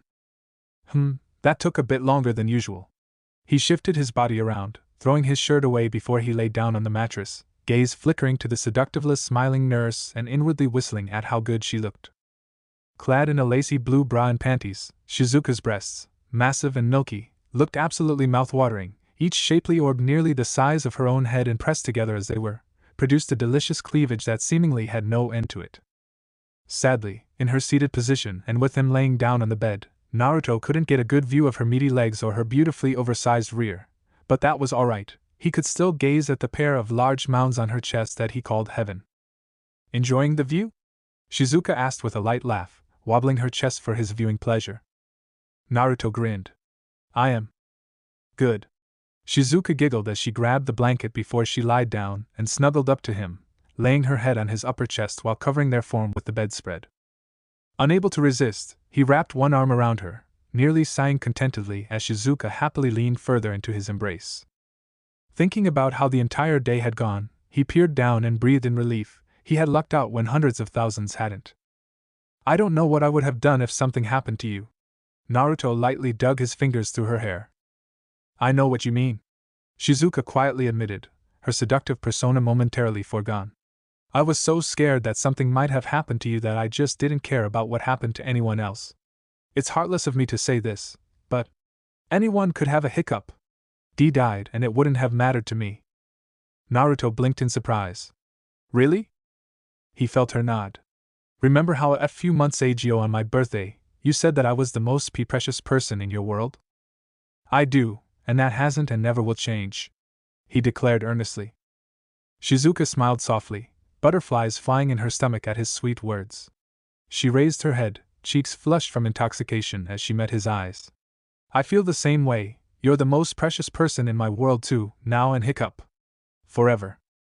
Naruto returned her soft smile with one of his own, heart drumming happily in his chest as he gazed at her hazel pools for eyes, filled to the brim with boundless affection. Only one thought flashed through his head. Oh dear God, I'm hopelessly in love with this woman. Chapter 4. It wasn't something he did often. Pretending to be asleep when he was secretly awake. Even more so when Naruto included the particular detail that his head was lying down on Shizuka's lap and that said nurse was caressing him. It was somewhere around 9 to 10 in the morning when Naruto had witnessed Shizuka begin to wake up from her slumber, perhaps a little deceitful, but the male blonde wanted to know how she'd react and feel about his presence after the events of yesterday. And so, he allowed her to think that he was still asleep as she quietly left to brush her teeth and wash her face before returning and to his surprise softly adjusted him around till she was comfortably sitting on the bed with his head resting on her thighs. Now resting his head on her lap was nothing new, but what was new was the set of fingers running their way through his head, the nails gently getting dragged across his skin before she pulled them back only to repeat the process over and over. Shizuka began to hum.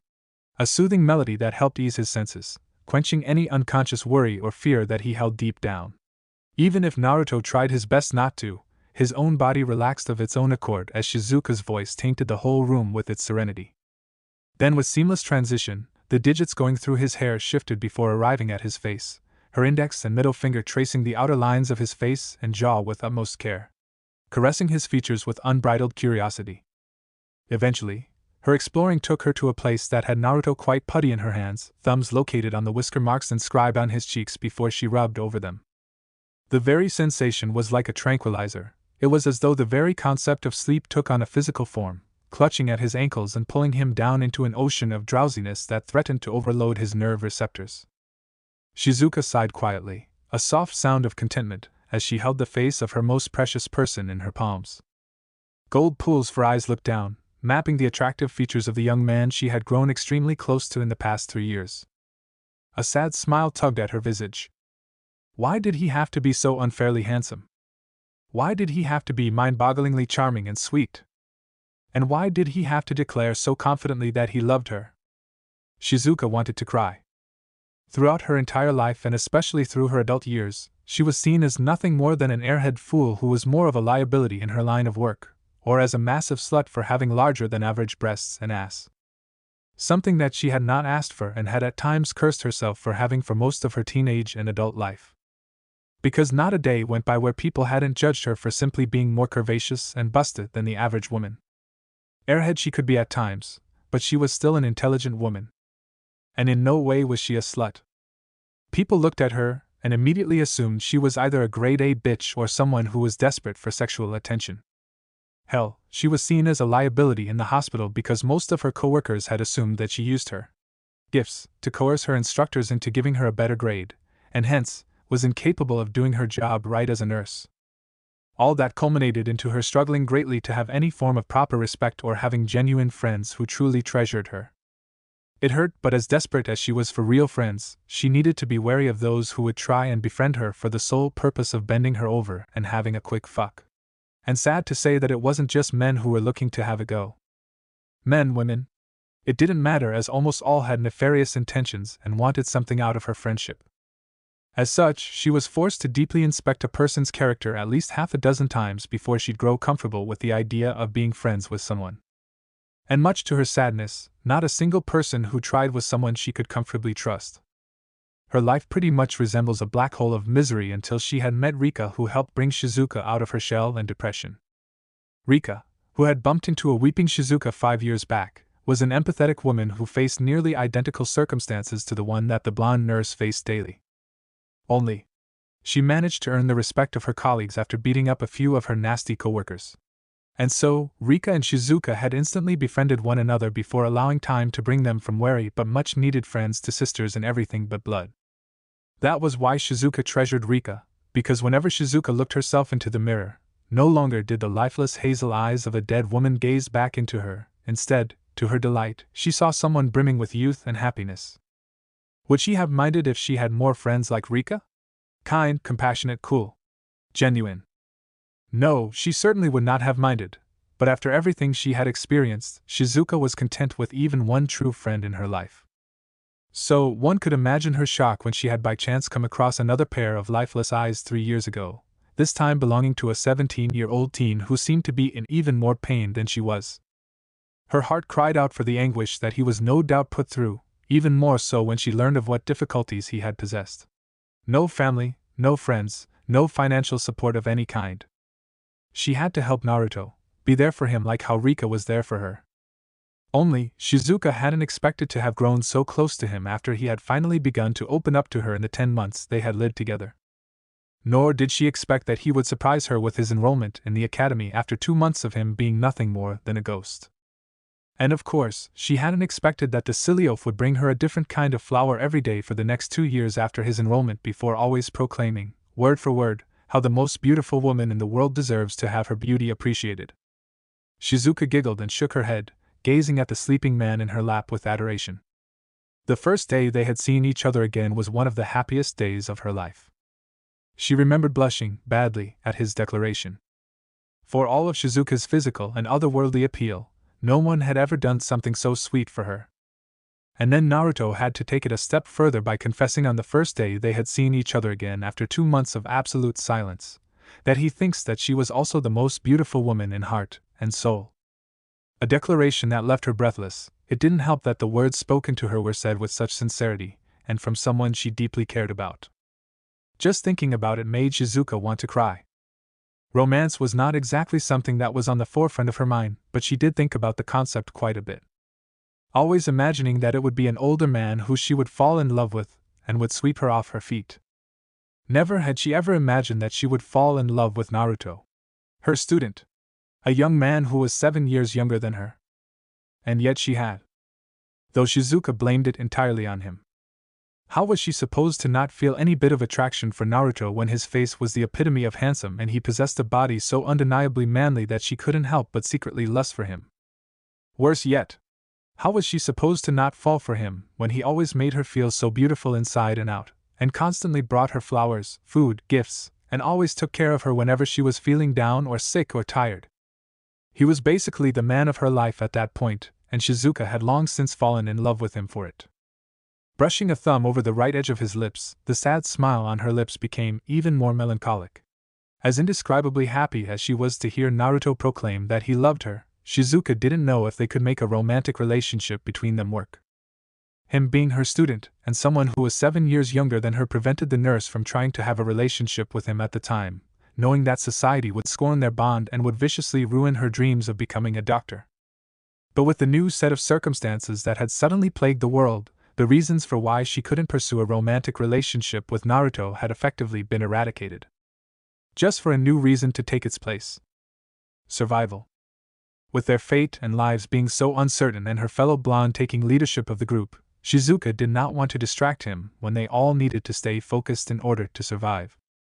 But now that she had a chance, Shizuka desperately wished to be in his embrace, to know the taste of his lips. After suppressing her feelings to the point that it hurt, she couldn't stomach the idea of not knowing his affection, especially when they might not even live to see the next day.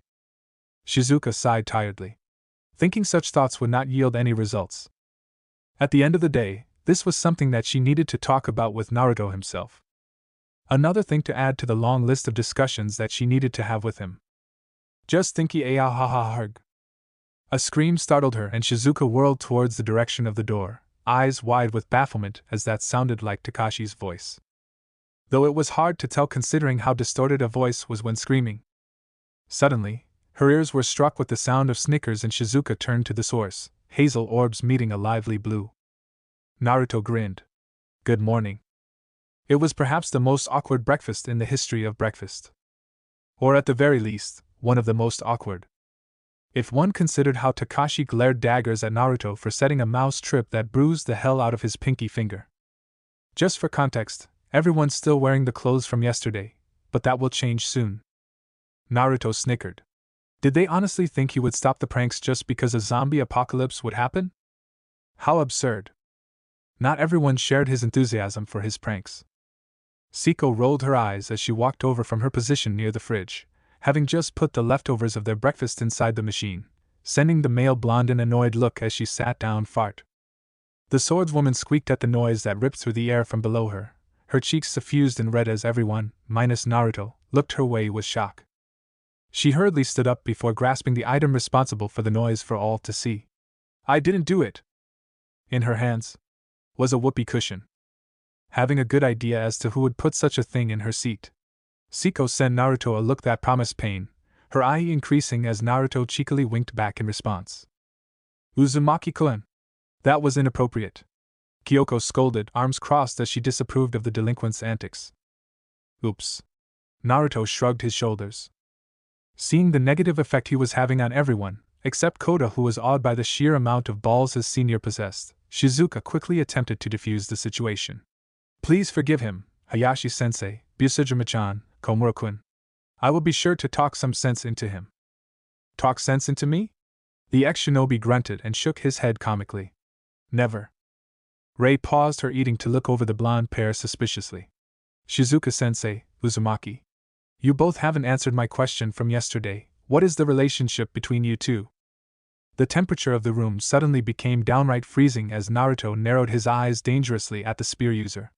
My relationship with her is none of your business, Miyamoto. He uttered coldly. Why? Got something to hide?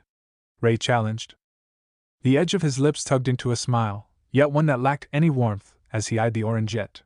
Try to find out, see where that leads you. Maybe I why enough. Shizuka interrupted firmly, actually glaring at Rei. Miyamoto-chan, I appreciate you trying to look out for me, but I assure you that Naruto-kun has done me no wrong. There is no one in the entire world that I trust more than him. She declared firmly before her glare softened, lips pressed into a stern line. So please stop with the interrogations. Oh. I see. Rei looked around awkwardly before nodding. I'm sorry. To the both of you. It's okay, no hard feelings from me, Miyamoto-chan, just please don't assume bad of him, he's honestly pretty sweet. The nurse replied earnestly while gesturing to her fellow blonde. Naruto grumbled as he looked over to the nurse.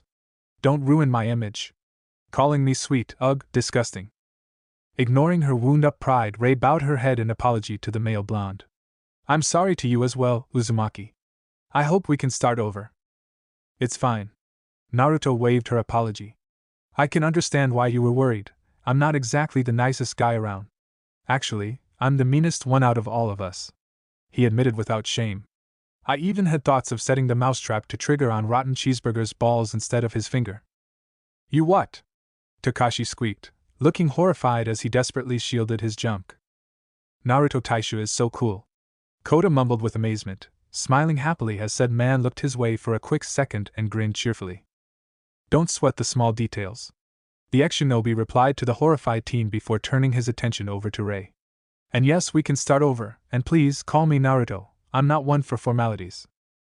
Only if you call me Rei, she proposed. I'll think about it, but I'll probably just stick to annoying oranges for now. It's pretty catchy. Rei sighed before nodding tiredly. At least they were cordial. Marikawa-sensei, I meant to ask earlier, but where did you sleep this morning? I didn't find you with us. Kyoko inquired, a curious gleam resting in her gaze. Oh, I was sleeping with Naruto-kun, she declared with a bright smile, oblivious to the grin that appeared on Naruto's features. Blushes erupted on everyone's visage as they stared at the duo. Rei and Koda in particular started steaming as their imagination kicked into overdrive. Looking at all the pink and red-tinted cheeks of her fellow survivors, Shizuka took a moment to comprehend the sudden development before her mind finally caught up with the double meaning of her words. It's not like that. We only slept. Kyoka coughed, embarrassed. What you do with your spare tea time is none of my business, Marikawa-sensei. But I must remind you that a relationship with a student, even if he's 20 years old, is highly inappropriate and unacceptable. It doesn't matter now, Kyoka-sensei. Saya finally spoke up for the first time since they sat down, gaining everyone's attention. Shizuka especially paid close attention, eyes flickering to her fellow blonde before they returned to the pinkette. With the current state of the world, Japan and every other country won't be recovering for at least the next few decades, if they even do. Something as trivial as a teacher being in a relationship with a student won't be of any importance to the eyes of any survivor. Besides, we're no longer students or teachers, survivors are what we all are now, Saya added. Her grave words returned the tension that clung to them from yesterday, the gravity sinking into all as their life as they knew it was over. What you say is true, we are survivors. Naruto spoke, shifting everyone's attention to him. But that doesn't mean that is all we are. Some of us are sons or daughters, siblings, friends, lovers, to someone else. Maybe not from this group, but it doesn't change the fact that we are more than just survivors. A positive welled up in everyone's chest, even Saya couldn't help but smile slightly. Standing up, Naruto took his time eyeing everyone, gaze switching from one individual to another. Look, I'm an equal opportunist bully, but an asshole I'm most certainly not. Whether it's ideal or not, we're all in this together, and that means I will protect you all. Just as I will help you guys in finding your family and friends. This I promise. The tension in the room promptly dissipated, everyone now feeling much more relaxed. One hand shot up in the air. Naruto blinked at the sight. What is a gunner? Taicho, I know it doesn't really matter, but what's the difference between an equal opportunist bully and an asshole? Aren't they the same thing? Such a question piqued everyone's curiosity, as they gazed expectantly at the fuming blonde. Of course it isn't, Naruto thundered. An asshole is someone who feels no remorse as they do something very despicable to you and a select few others. An equal opportunist bully, on the other hand, is an asshole who targets everyone and is also not too much of a dick compared to the average asshole. Does that make sense? Hi! Kota instantly agreed. Shizuka suppressed a smile as everyone else looked at the blonde with exasperated looks. Moving on. Naruto's countenance turned serious. We need to figure out a game plan. We discussed searching for family and friends, but who is closest around here? And who has family or friends that are in need of searching? 3 hands shot in the air. Howler Monkey, Rotten Cheeseburger, and Annoying Orange, that's it? He blinked in surprise before his gaze filtered to the remaining members excluding Shizuka. What about your gunner, Siko-chan, Kyoko-chan? Siko smiled coldly. The only family I have is my father. He's a master swordsman and can take care of himself. My parents and grandparents are out of the country, and we don't really keep in contact. Kota answered with a nervous smile. And I don't have any living family. My parents passed away a few years ago and I don't have any relatives. As for friends, most of them were back in the academy. Kyoko smiled sadly. I see. Naruto allowed a long moment of silence to reign before he turned to the 3 from earlier. And coming back to you 3, whose home is the closest of you guys? That would be mine, Saya answered. Then that's where we'll be heading. Tomorrow. Tomorrow? Takashi repeated, eyes narrowing in confusion. Everyone else shared his confusion as they gazed at the leader. Why tomorrow? When we can leave right now or in an hour, Rei stated, her eyes boring holes into the blonde with the sheer intensity of her gaze. Saya crossed her arms and glared at Naruto. The more time we waste, the more likely we are to lose our family to them. You all make a good point. But there is something you all seem to be forgetting. Naruto eyed them evenly. And that is that we're all still in shock. One night of sleep won't change the fact that our world was just flipped upside down in less than 24 hours ago. We need time to process all that. He crossed his arms. Just as we need to make sure we're properly prepared for our journey, that means stocking up our food, water, and medical supplies, making sure that any wounds are treated. We need to be 100% ready, or the only thing we'll accomplish is in killing ourselves. We also need to make this place defensible in case we choose to return here, and that is most certainly a possibility. Naruto added. We can't rush into danger because even if we theoretically accomplish the goal of the day, we would be inadequately prepared for what comes next. He sighed before giving them all an apologetic look. I know it's not ideal, far from it actually, but if we are to survive, it doesn't just mean that we work together in a group, but also work properly and safely. Silence reigned in the kitchen before everyone slowly nodded in agreement, seeing the logic behind Naruto's reasoning. Uncrossing his arms, he sent them a bright grin to help alleviate their worries. In the meantime, play some video games, have some cheesecake in the fridge, or go do your hair or something. Take time to be relaxed and well rested, because we leave at dawn." Everyone smiled or nodded before they began to leave one by one. Naruto stood up and was about to do the same before he felt a hand gently clutch at his wrist. He looked over his shoulder and was blessed with the view of the heavenly nurse smiling softly at him. "Hello, gorgeous," he greeted me charmingly. Shizuka giggled, playfully swatting the man's chest. "Oh, hush you, when will you ever stop showering me with compliments?" He grinned and playfully contemplated the question. Probably never. "You're incorrigible, Naruto-kun." "Hey." Naruto gave her a faux annoyed look. "Do you know what you're asking of me? You're asking me to stop complimenting the woman I love." Shizuka stomped on his foot much to his agony, a huge explosion of red erupting on her cheeks and spreading to the tip of her ears. "Baka, didn't I say that is not something you can say so casually?" "Well, yeah, but..." The ex-shinobi pouted. "It's not easy." Trying as she might to control her rampaging feelings, Shizuka was helpless to stop the avalanche of bliss and happiness from entering her heart at his confession. A silly schoolgirl smile slithered its way to the nurse's lips. She looked away, feeling skittish and shy beneath the male blonde's gaze. "It's okay, I don't mind too much." "Tell that to the foot you're stomping on," he thought with a bit of pain as he looked down at said foot. Fortunately, she seemed to have heard his thoughts as she ceased her stomping on, fidgeting slightly before him. Naruto looked at her quizzically, wondering what was going through her mind before a light bulb flickered in his head. "Did you stop me so we can talk?" "Sort of." She nodded before clarifying. "Not right now, though. I'm thinking that we can talk an hour after dinner in our room. What do you think?" "Works for me." He shrugged in agreement. "Good." Shizuka beamed. That would give her more than enough time to be ready. They visited so often that Rika's place was pretty much a second home to them, and the guest room was where they both had some of their clothes. She turned around, looking over her shoulder, and bestowed him with a playful look. "Talk to you soon." A cheeky wink was her response. Time skip, 1 hour after dinner. Opening the door to the room that was pretty much his and Shizuka's, Naruto walked in, closing the door behind him before he lazily strolled over to the king-sized mattress. The blonde was outfitted in a plain, short-sleeved black shirt that hugged his torso well. The fabric, especially in the middle of his chest, were stretched nearly to their limit in order to accommodate the width of the ex-shinobi's broad shoulders. Feeling adventurous, Naruto also wore unique pajama bottoms that were a bit loose on the lower half of his body. Logos of living bananas with eyes and lips, and smiling brightly, were imprinted all over the garb. Saying that people did a double take when they saw him was putting it lightly. Not exactly the most conventional of clothes put together, but Naruto hardly cared. Right now only one thing was on his mind. After a delicious dinner, everyone had gone to do their own thing. Most of the girls had opted for lazing around in the lounge and kitchen area while Takashi and Kota were in Rika's room, scouting over the balcony and just chilling. The only one who he couldn't seem to find was Shizuka, but that was to be expected since they had agreed to meet and discuss in their room. Sitting on the bed, he looked around curiously, not finding a single hint of the one who demanded his presence. His gaze then trailed over to the second bathroom connected to this very room, and Naruto had a pretty good idea of where his favorite nurse was. "Guess I'm waiting," he hummed in thought.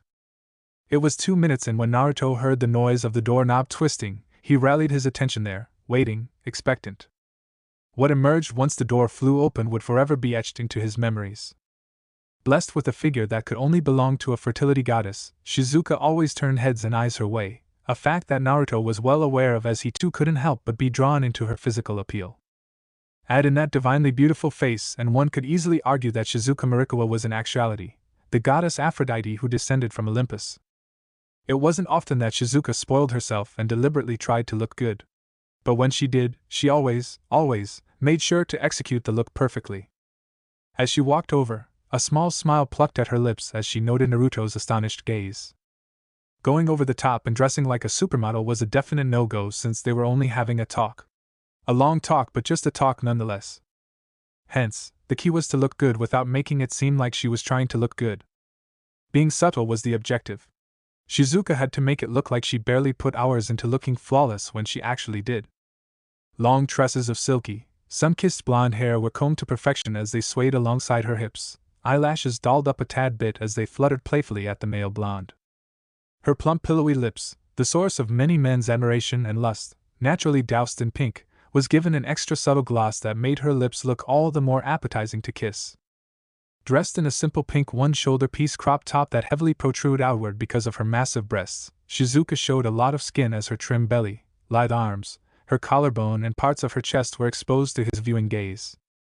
Naruto always knew that Shizuka's breasts were insane, but it never failed to awe him whenever he caught a glimpse of those huge tits that surpassed even Tsunade's pair in both their size and shape. Her mountains of soft, pillowy pale cleavage was exposed to his astonished gaze, her breasts jiggling so much that they looked like they were ready to fall over her crop top. Gaze drifting down, Naruto nearly let his jaw drop as his eyes flickered over to Shizuka's lower body clad in simple light blue leggings that snugly fit her waist while practically hugging her lower body like a second skin. Her delicate waist was something of a point of envy to other women. That was, of course, before their eyes went wide in astonishment, much like Naruto himself, as that dainty waist then curved outward into a set of sinfully wide hips that matched the width of Naruto's broad shoulders. Her thighs were criminally thick, so large in their circumference that any passionate Street Fighter fan would declare that her thighs were the same size as Chun-Li's. Only where Chun-Li had a muscular set of thighs that could snap a tree in half, Shizuka's pair of thighs were the ones that were all fat with hardly any muscle. They were meaty and jiggly, yet their shape was mesmerizing and they were incredibly soft to touch. A dream haven for thigh lovers. Those huge thighs shrunk as his gaze descended, eventually forming into a pair of exquisite calves. In short, she pulled off the classic yet normal gym girl look, except being more thick and soft than taut. The only thing Naruto rued as Shizuka elegantly strutted to him was that he hadn't gotten a glimpse of arguably her best asset. Her ass. What he wouldn't give to get a look. Stopping once she was close enough, Shizuka sat next to the man she loved before tossing him a small smile. Hi. Snapping back into his senses, Naruto smiled back, gaze flirting over to her visage before landing on pools of amber. Hello? Feeling playful, she poked him in the chest. All right, mister. You and I are going to have a long conversation. About your butt? He playfully chimed in. Shizuka nearly blushed. He really needed to learn to stop being so shameless. Among other things. Such as? His eyes were curious, probing, yet gentle, add in the whisker marks and funnily enough to the nurse, Naruto looked like a cute house cat. WL. An unsure look flickered across her visage and Naruto's gaze immediately softened as he realized that their conversation entered serious territory. Chapter 5. Even before the start of the outbreak, this was a conversation that Shizuka had been meaning to have with Naruto. A conversation that could wield answers, many answers, to questions that she held onto for more than 2 years. But it never felt like the right time to broach Naruto for answers back then, not after the first time where he had locked her out and regressed into a state of silence for a few days when she had questioned him 2 months after they had started living together. They just weren't as close during their first 6 months of knowing one another, much less in the first 3 months and not wanting him to push her away when they finally started making headways with their relationship and more importantly, his mental health. Shizuka had held off on asking any too personal or uncomfortable questions for her fellow blonde. That course of action, or lack of action to be more precise, along with her constant and consistent attempts to be there for him no matter how much he had given her the cold shoulder, would in time slowly warm her up to him. Soon enough, they had become close. And wanting to maintain and even improve the strides in both Naruto's mental health and their friendship, Shizuka had put off her curiosity, both the normal and medical kind. Many months later, practically more than a year and a half after they had first met, Shizuka knew undoubtedly that they were on the level of closeness where they could comfortably share the skeletons in their closet without it affecting any of them in a negative fashion. But 18 months of putting it off had squandered much of her curiosity, and the school nurse just contented herself with knowing that the hows and whys of Naruto landing in the hospital didn't matter, and that she was just immensely grateful they met. Was she curious? Of course. But for as much as she would have liked to know about his life prior to when they had first met, Shizuka had figured that there was no need to reopen past scars. Better to just appreciate what they have now and to look forward, right? But then seeing him, and what he did to those hordes of undead in the school lot.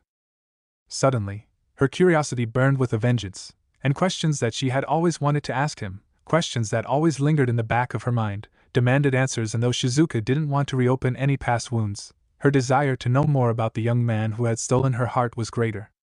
The long talk that she had been planning to have with Naruto prior to the apocalypse was more of him looking at her butt. And even then it wasn't meant to be a serious conversation as truthfully, she enjoyed having his gaze on her. Even if it was considered inappropriate because of the whole age thing. Only after the display and a few hours of contemplation in the bus did she decide to discuss his past with him in their talk. She even had it planned out how to start the conversation, had considered the kind of replies she would give, calculated and thought of possible answers and reactions he would give, and she went over the theoretical conversation 5-10 times in her head. Only to forget it all as she sat side by side with her most precious person, practically tongue-tied as she tried to figure out how to best broach the conversation about his past.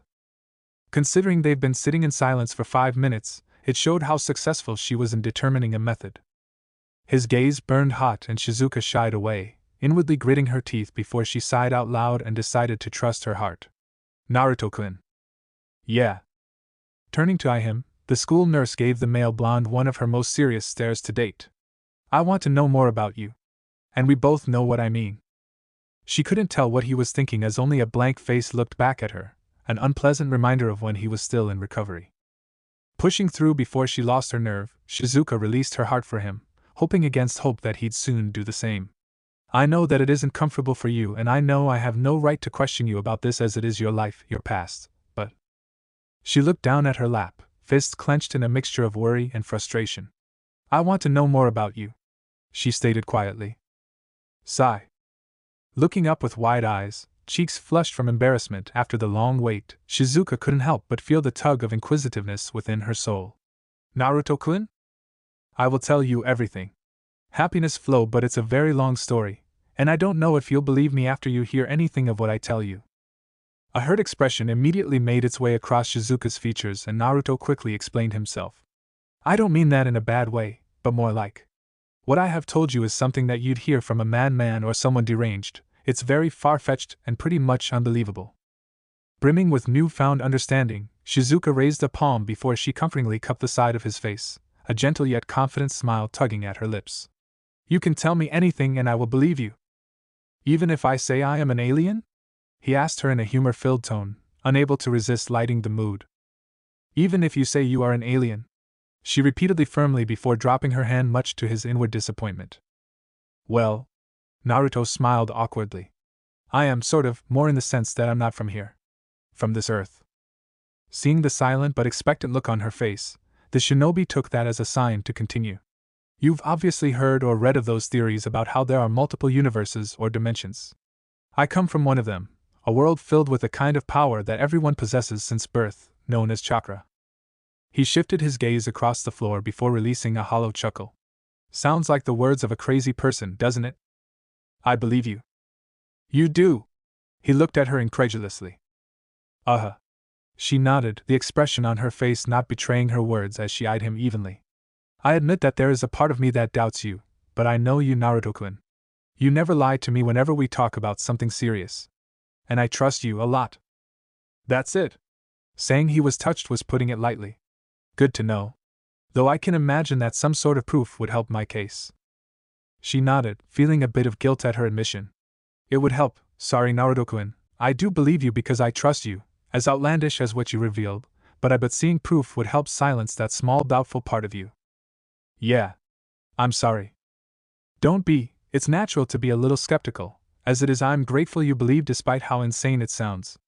My arrival in this world had damaged my chakra network beyond repair, but I can still do this. Eyebrows raised in curiosity, Shizuka watched as Naruto pulled out a combat knife, wondering what he'd do with it, only for her eyes to widen in shock as he slit his wrist with it. The blood spilling in waves from the cut. What are you doing? She nearly yelled in horror of his action, just barely keeping her voice down before she quickly stood up to grab some bandages. Wait. Naruto was perfectly calm as he grabbed her wrist, the mirror opposite of the nurse of the panicked nurse. She tried to tug her forearm loose with no avail. Don't tell me to look at this. He raised his wrist high for her to see, and despite her feelings on the matter, she chose to heed his words, if reluctantly. What? Was it her, or was the cut emitting a little steam? I no longer have the ability to use chakra, but because of my bloodline, us Uzumaki naturally have long lifespans, stronger bodies than the average human, and healing capabilities. Healing capabilities? Shizuka eventually questioned, having heard everything but finding herself transfixed with the steaming wound. Yeah, I unfortunately can't heal others, but I know someone from the same clan as me who could heal people by letting them bite her on her wrist, and we're talking about her healing people with extensive injuries that in this world would put people in hospitals for at least a few months. Naruto shrugged. As for me, I've been blessed with a strong healing factor. Injuries that would go away after a few months would take only a couple of days for me, a week or two at most depending on how severe. Thrown into such a state of bewilderment, there was nothing that Shizuka could offer for a response, only nodding with an admittedly dumb look on her face. The cut was getting smaller. With the wound I gave myself and considering how long I've been talking, I estimate that I have another 1 to 2 minutes before this closes up and is good. So, what do you think? Amazing. Naruto blinked in surprise. Of all the reactions he had expected, somehow this was the only one he failed to think of. Amazing. Shizuka repeated in awe before she diverted her attention to his eyes. But I don't understand, if you possess such incredible healing abilities, shouldn't your body have already healed you? Chakra, you called it? At his nod, she continued, your chakra network? Unfortunately, no. He admitted, a small frown dancing at the edge of his lips. I won't go into detail, maybe some other time, but what you need to understand is that getting transported from one dimension to another is a highly damaging process for the body. It's not something that should have happened in the first place, and it was a miracle I survived at all. Add in the fact that I had been in an extremely lethal battle prior to me getting flung to this world, and well, you saw how I looked in the hospital. Gulping, Shizuka nodded emphatically. I remember, no one including myself thought you would survive, and such were the state of your injuries that even if you did, you would have been bedridden for at least 2-3 years. Pretty much, and that's where my healing factor came into play. Rather than being in the hospital for 2 or 3 years as you said, it was only a couple of months instead. My chakra network had been damaged beyond repair during the trip and my injuries didn't help in the matter. Also heads up, my injury is fully healed. A long glance at his forearm proved what Shizuka already knew to be true. He grunted. Coming back on topic, perhaps my chakra network could have healed, but it was impossible with my injuries back then, and even without the injuries, the odds weren't in my favor. Not even close. I see.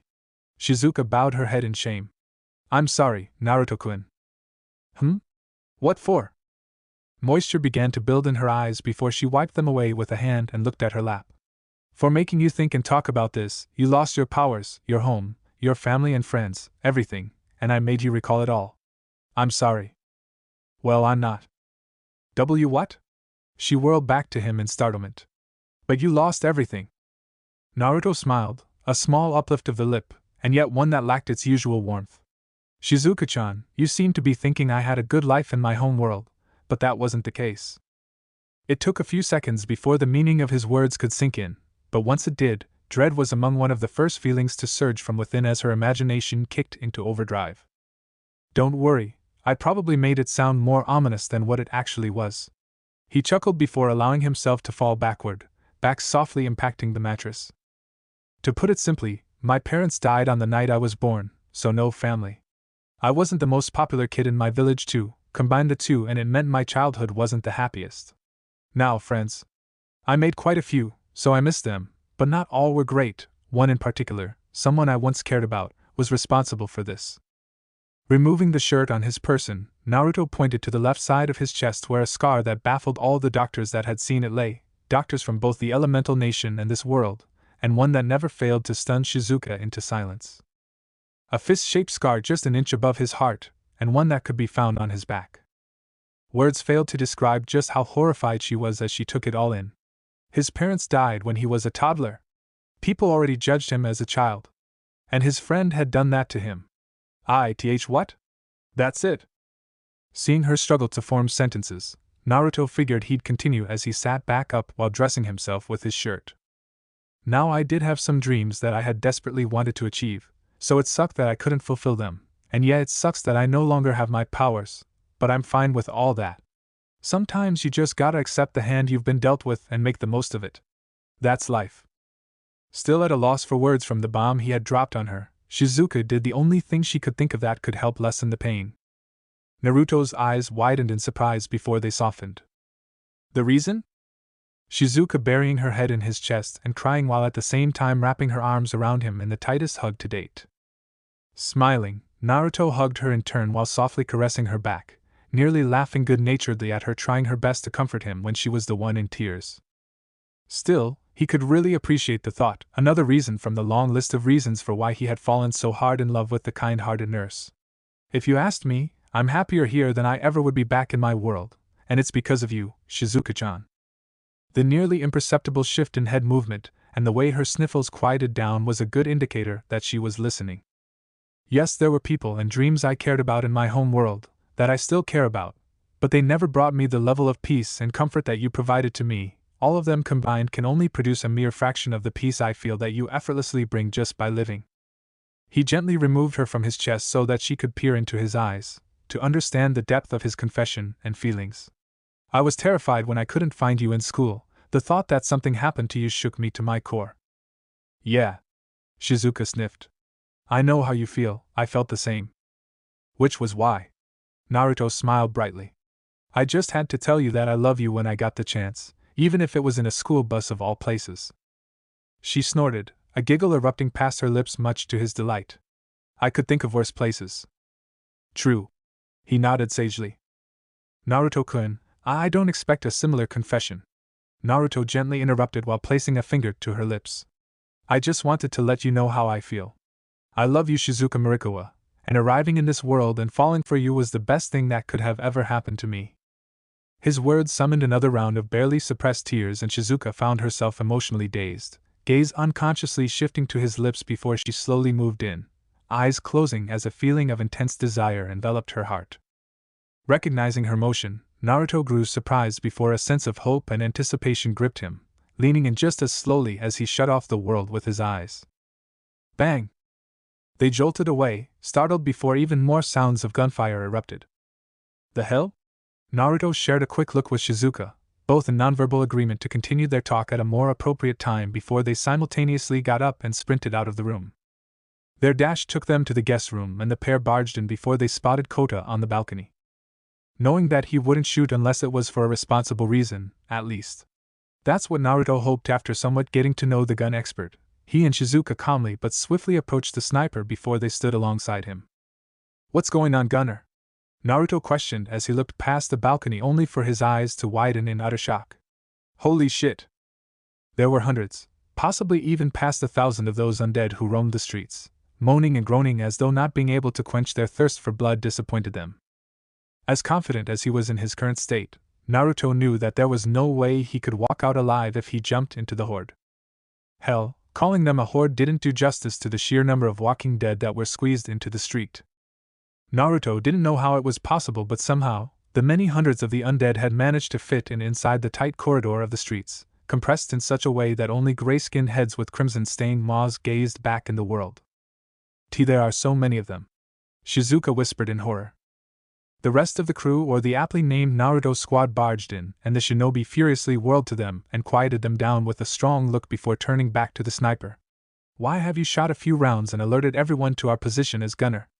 I trust it was for a good reason. Yes, Naruto Taishu, look over there.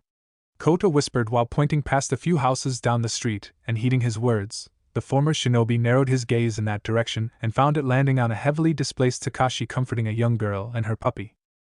Forgive me for drawing attention to this place, but neither I nor Takashi wanted to abandon this girl, especially after she had just lost her father, and say no more. Naruto firmly interrupted before nodding approvingly at the shorter man. Forgetting her circumstances, there is simply no way we could just leave a child to die. You both did the right thing. Thank you, Taicho. Fortunately, I haven't needed to fire any more shots since the noise from the bullets has distracted those things from them, but now the question is, how will they come to us safely? Kota gritted his teeth in worry. Rei frowned worriedly as she noted the absence of one of their members. Where is Takashi? What is going on with Uzumaki-kun? Kyoko inquired. He ignored them as he focused on the stranded pair plus dog, his forehead creased in confusion before recognition washed over him, resulting in a large amused smirk to appear on his visage. Well, it seems the rotten cheeseburger isn't so rotten after all. Grinning excitedly at the sight, Kota laughed heartily. Not everyone shared their amusement. Adjusting her glasses, Saya fixated the male pair with an angry frown. Do you realize what you've done? There is no way we can stay here any longer now. Naruto rotated and locked eyes with the pinkette before he shifted his gaze over to Kyoka and Rei. I'll explain everything later, but right now, we need to pick up Takashi and leave this place. Shizuka-chan, get all the medical supplies here and stuff them inside the trunk of the Humvee. Got it. Shizuka immediately left the room and the remaining 4 women eyed the troublesome blonde expectantly. Kyoko-chan, the key to the Humvee should be in the drawer beside the bed in the room me and Shizuka-chan slept in. Take it, start the Humvee, and be ready at a moment's notice for us to leave. Nodding, Kyoko followed in the nurse's footsteps. Siko-chan, annoying orange, take all the food and water that we can, along with anything that you deem would be important for survival, have it inside the Humvee ASAP. Leave it to us, Ray declared before she and the swordswomen left. Looking over his shoulder and back, Naruto alternated his gaze between the pinkette and the gun expert. Howler Monkey, you will be responsible for taking all the weapons and ammunition into the car, and during all this, Kota, continue to supervise Takashi and if need be, shoot more shots to help if they need it. And what will you do, Taicho? An excited grin tugged at the blonde's lips. A few of those eccentric cannibals have entered the front yard. I'm gonna take care of them and clear a path for the Humvee. Luckily for them, only around 8 of them had entered while the rest simply contented themselves with staying in the streets. Knowing that they were only attracted to noise, the ex-shinobi figured he'd extend his greetings. And he would make his entrance with style. Whirling around, he suddenly jumped over the balcony rails and Naruto laughed as the startled yells of his teammate greeted his ears while he was falling down below. Even without chakra, he was still stronger than the humans of this world. If he had to liken himself to someone, he would be somewhere between Captain America and Spider-Man in terms of physicality. Good movies. But coming back on topic, a fall from that height wouldn't hurt him. As it so happened, one of the numerous walkers who made it and looked up with a bloody snarl only for a boot to stomp on his face before his head met then splattered across the floor. Ouch, that doesn't look very pleasant, Naruto commented idly before he waved at the groaning masses of undead around him. Yo, how's life? Or unlife? I guess? His easygoing attitude and him killing one of their own did not endear him to them. In fact, they took it personally. Combat knives now in hands, Naruto grinned cheekily as 7 of the remaining undead lunged for him all at once, backpedaling while dodging only God knew how many flailing limbs. Timing it perfectly, Naruto allowed an especially aggressive one to come for him before he stabbed the enthusiast in the head. 6 more to go. Jumping to the side, not a sound heard as his shoes landed on the pavement, Naruto watched them continuing bumbling to where he had previously been, creeping up on them before he took care of the one furthest back. His movements were swift, effective, and concise. As his second victim fell to the floor, he quickly killed another, reducing their number to a mere 5 before the remaining horde were finally alerted to the presence behind them. Unfortunately for them, they weren't dealing with an everyday human. With unparalleled speed, Naruto sliced and diced, weaving through them before simply pocketing his knives. Well, it was sort of nice getting to know you, I think. 2 seconds of silence and confusion passed before all 5 undead dropped to the floor. He let loose a small grunt of disappointment before swiftly heading inside the complex and to the room that he and Shizuka had stayed in whenever they were here, taking all the required essentials before departing. Now to go check up on Gunner and the Howler Monkey. Time skip, 3 minutes later. Gulping as he walked on top of the wall, Takashi prayed to whatever deity was out there to help him as he carried Alice on his back with Zeke on the front. By chance, he made the mistake of looking too downward and dread shot up his nerves as he lightly whimpered in fright. Knowing that he couldn't stay rooted, he continued trekking through, mindful of the gray-skinned hands that lay on his path. Takashi didn't know if their sense of touch was dead, but what he did know was that he wasn't willing to find out right now. The roars of a car engine suddenly ripped through the air, and much like the extremely fascinated cannibals, Takashi too looked up ahead only to grin at the sight. All right. Now that's what I'm talking about. Are they your friends? Alice asked in a mixture of awe and curiosity. Takashi grinned. Sort of, they're very weird though. Whoa! You have whiskers, Oniai-chan. Naruto laughed out loud. I know. Pretty cool, right? Super cool.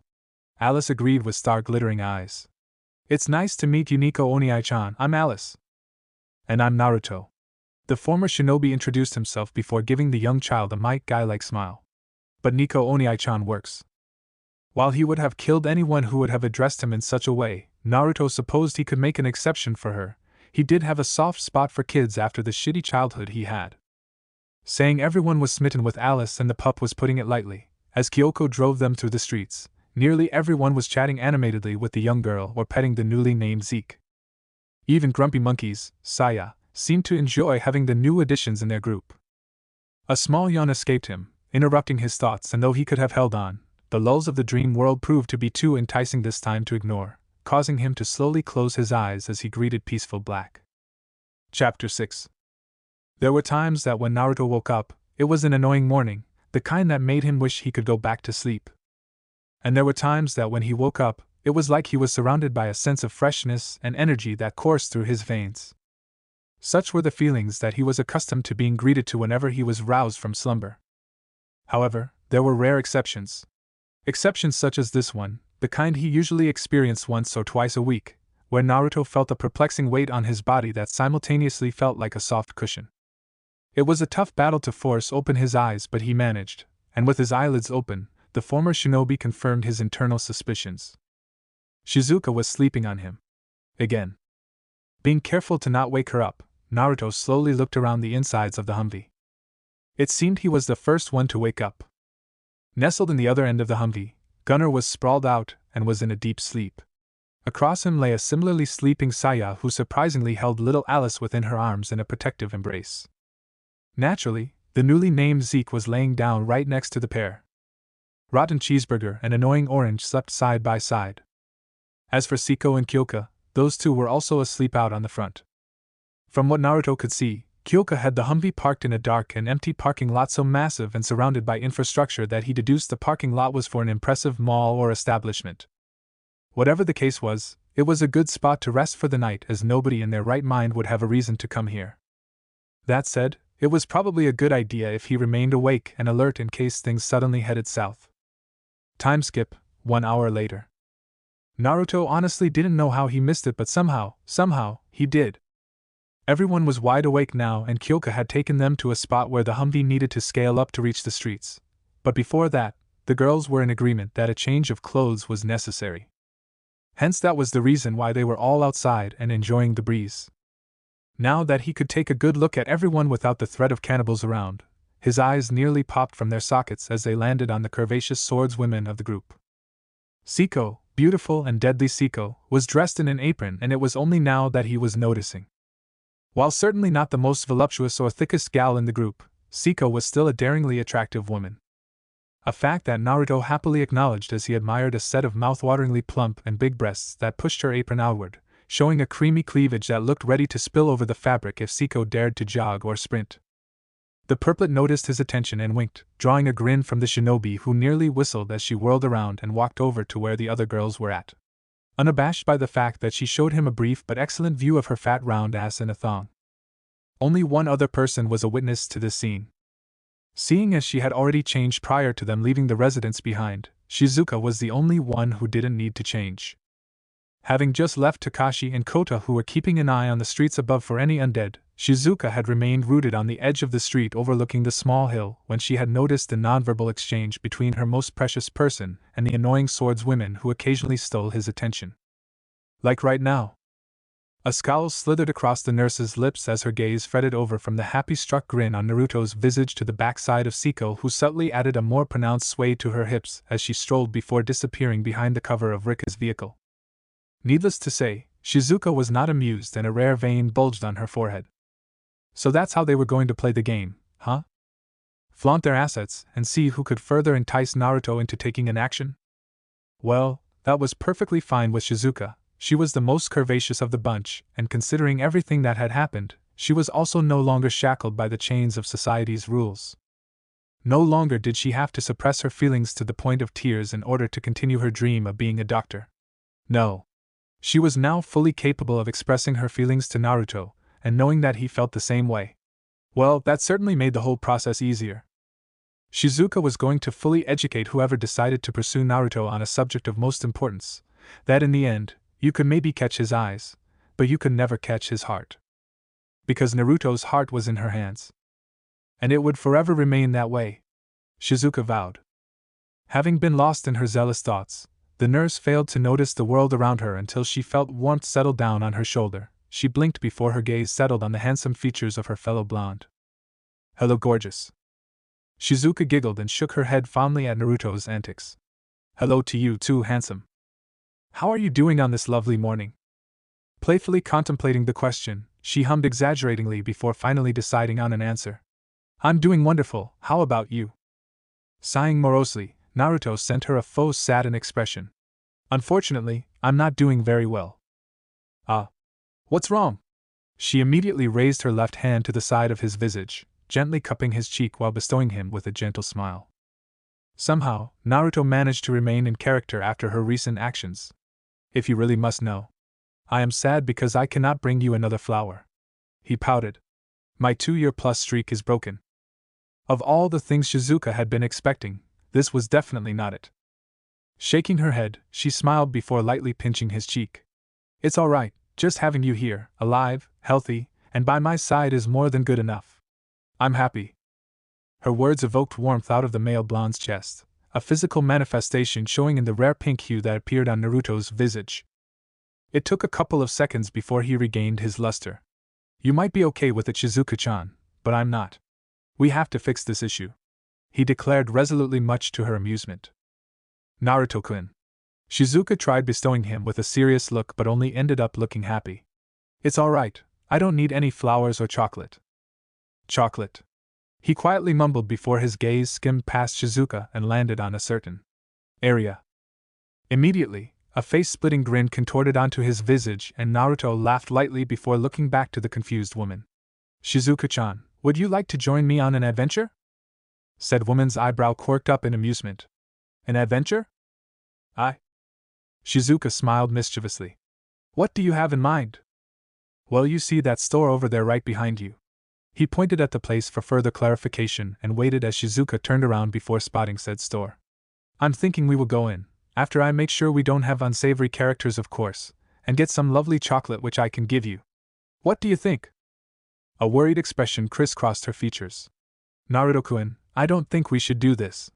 I know you're capable, but what if you get bit? I don't want you to risk your life to get me chocolate. Naruto smiled gently. You don't have anything to worry about, I'll be okay. You're not going in alone, she stated firmly, all traces of amusement gone from her tone. He was just as firm with his demands. And you are not wandering around inside until I make sure that the place is clear. Then I suppose it's a good thing that I'll be next to you the entire time when we're inside. They glared at one another, each one not amused by the suggestion of the other. Fortunately, the pair's glaring match had to come to an end as the sound of an engine revving greeted their ears. They looked down over the hill and watched as the Humvee sped up over the slope before landing on the road. Bam! That wasn't loud at all, Naruto remarked sarcastically. Shizuka was too annoyed to reply with words, only grunting in response. Looking away, the ex-shinobi's gaze landed on the bat-wielding member of the group. Rotten cheeseburger, have everyone on standby. Me and Shizuka-chan are going to check out that store and see if there is anything of value that we can take. Roger that. Takashi saluted before his features twisted into a frown. And stop with that ridiculous name.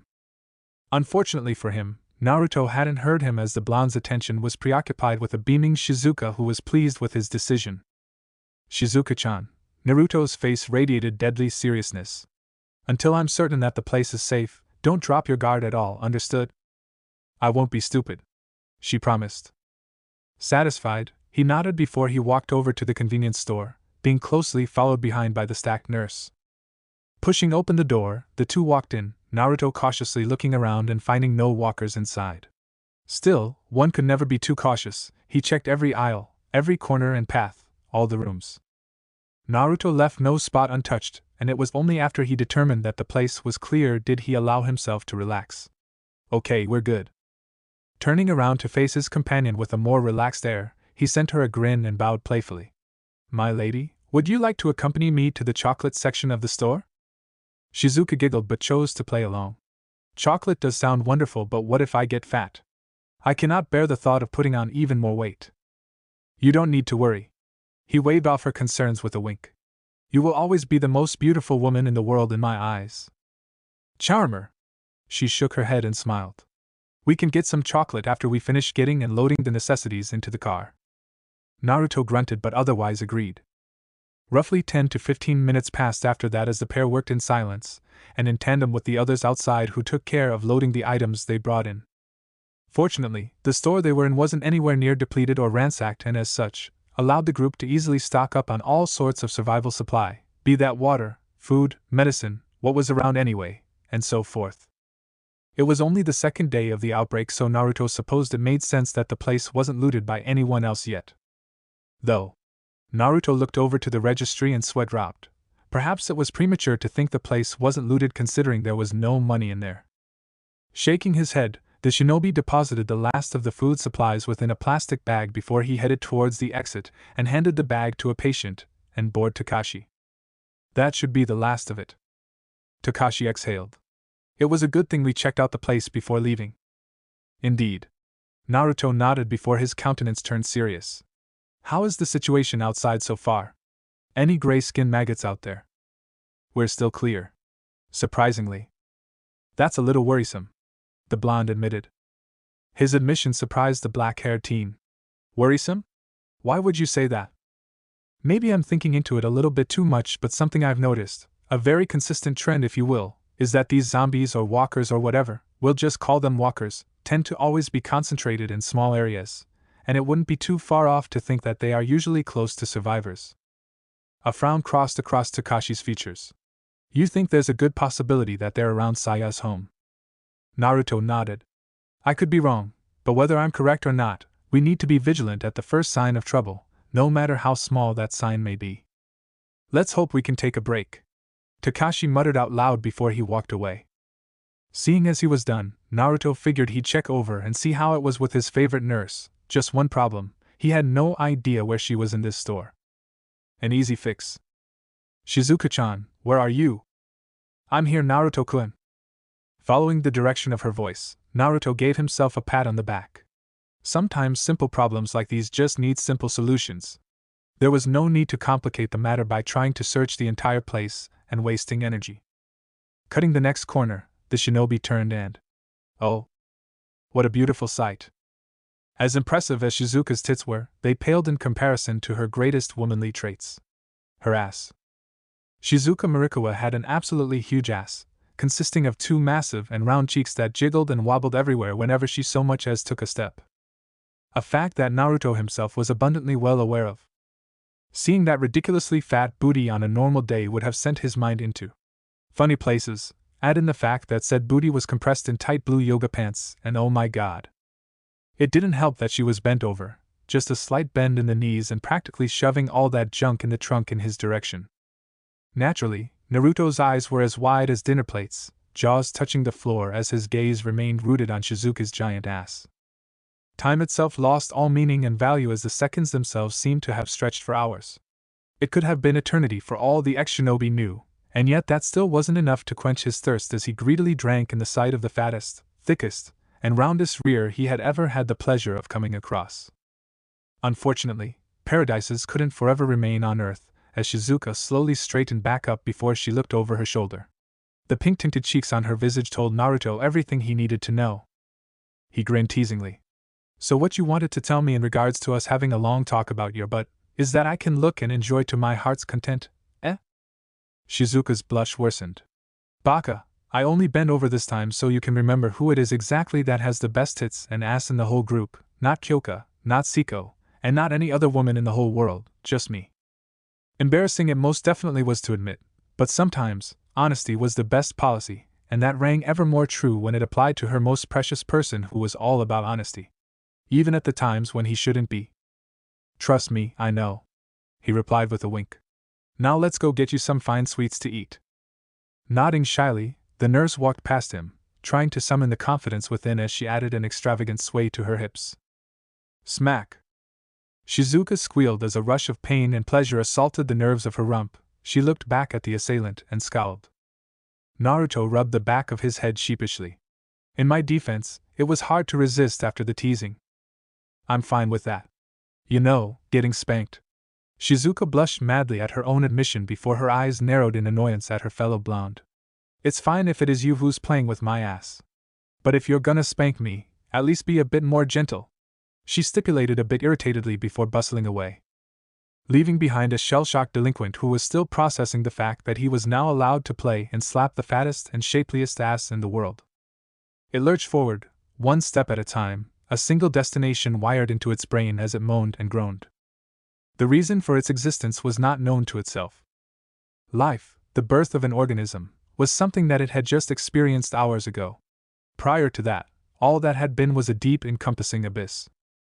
Only the barest of knowledge flowed through its thought process, gifted by the ravenous nature of an angry world that sought to start anew. It didn't even know anything about the world or what it was. But there were a few things that were unmistakably clear. It was stronger than most of its kind, smarter than most of its kin, and it possessed a deep-seated hunger that was unrivaled and could only be quenched through a single means: by eating the plague, the disease that afflicted the soils of Mother Earth for millennia. Humans. A terrible blight upon nature. Their continued existence could not be further tolerated. Nemesis. A name. Groans, particularly loud in nature, carried with it a roar of approval as the crimson-skinned monster exhaled through the nostrils, ferocious hungry white eyes locked onto a moving destination. With a start, the crimson menace bolted, a lurch of screams emanating from its own throat as it seeked to exterminate and feast on the flesh of humanity's strongest warrior. Nemesis, that was the name it decided to wear. Thanks for listening. I do hope you enjoy it. If you want the next part of this video, turn on that bell notification. Like, subscribe, and comment down below. And also check out the others' videos I have created and enjoyed it. See you guys next video.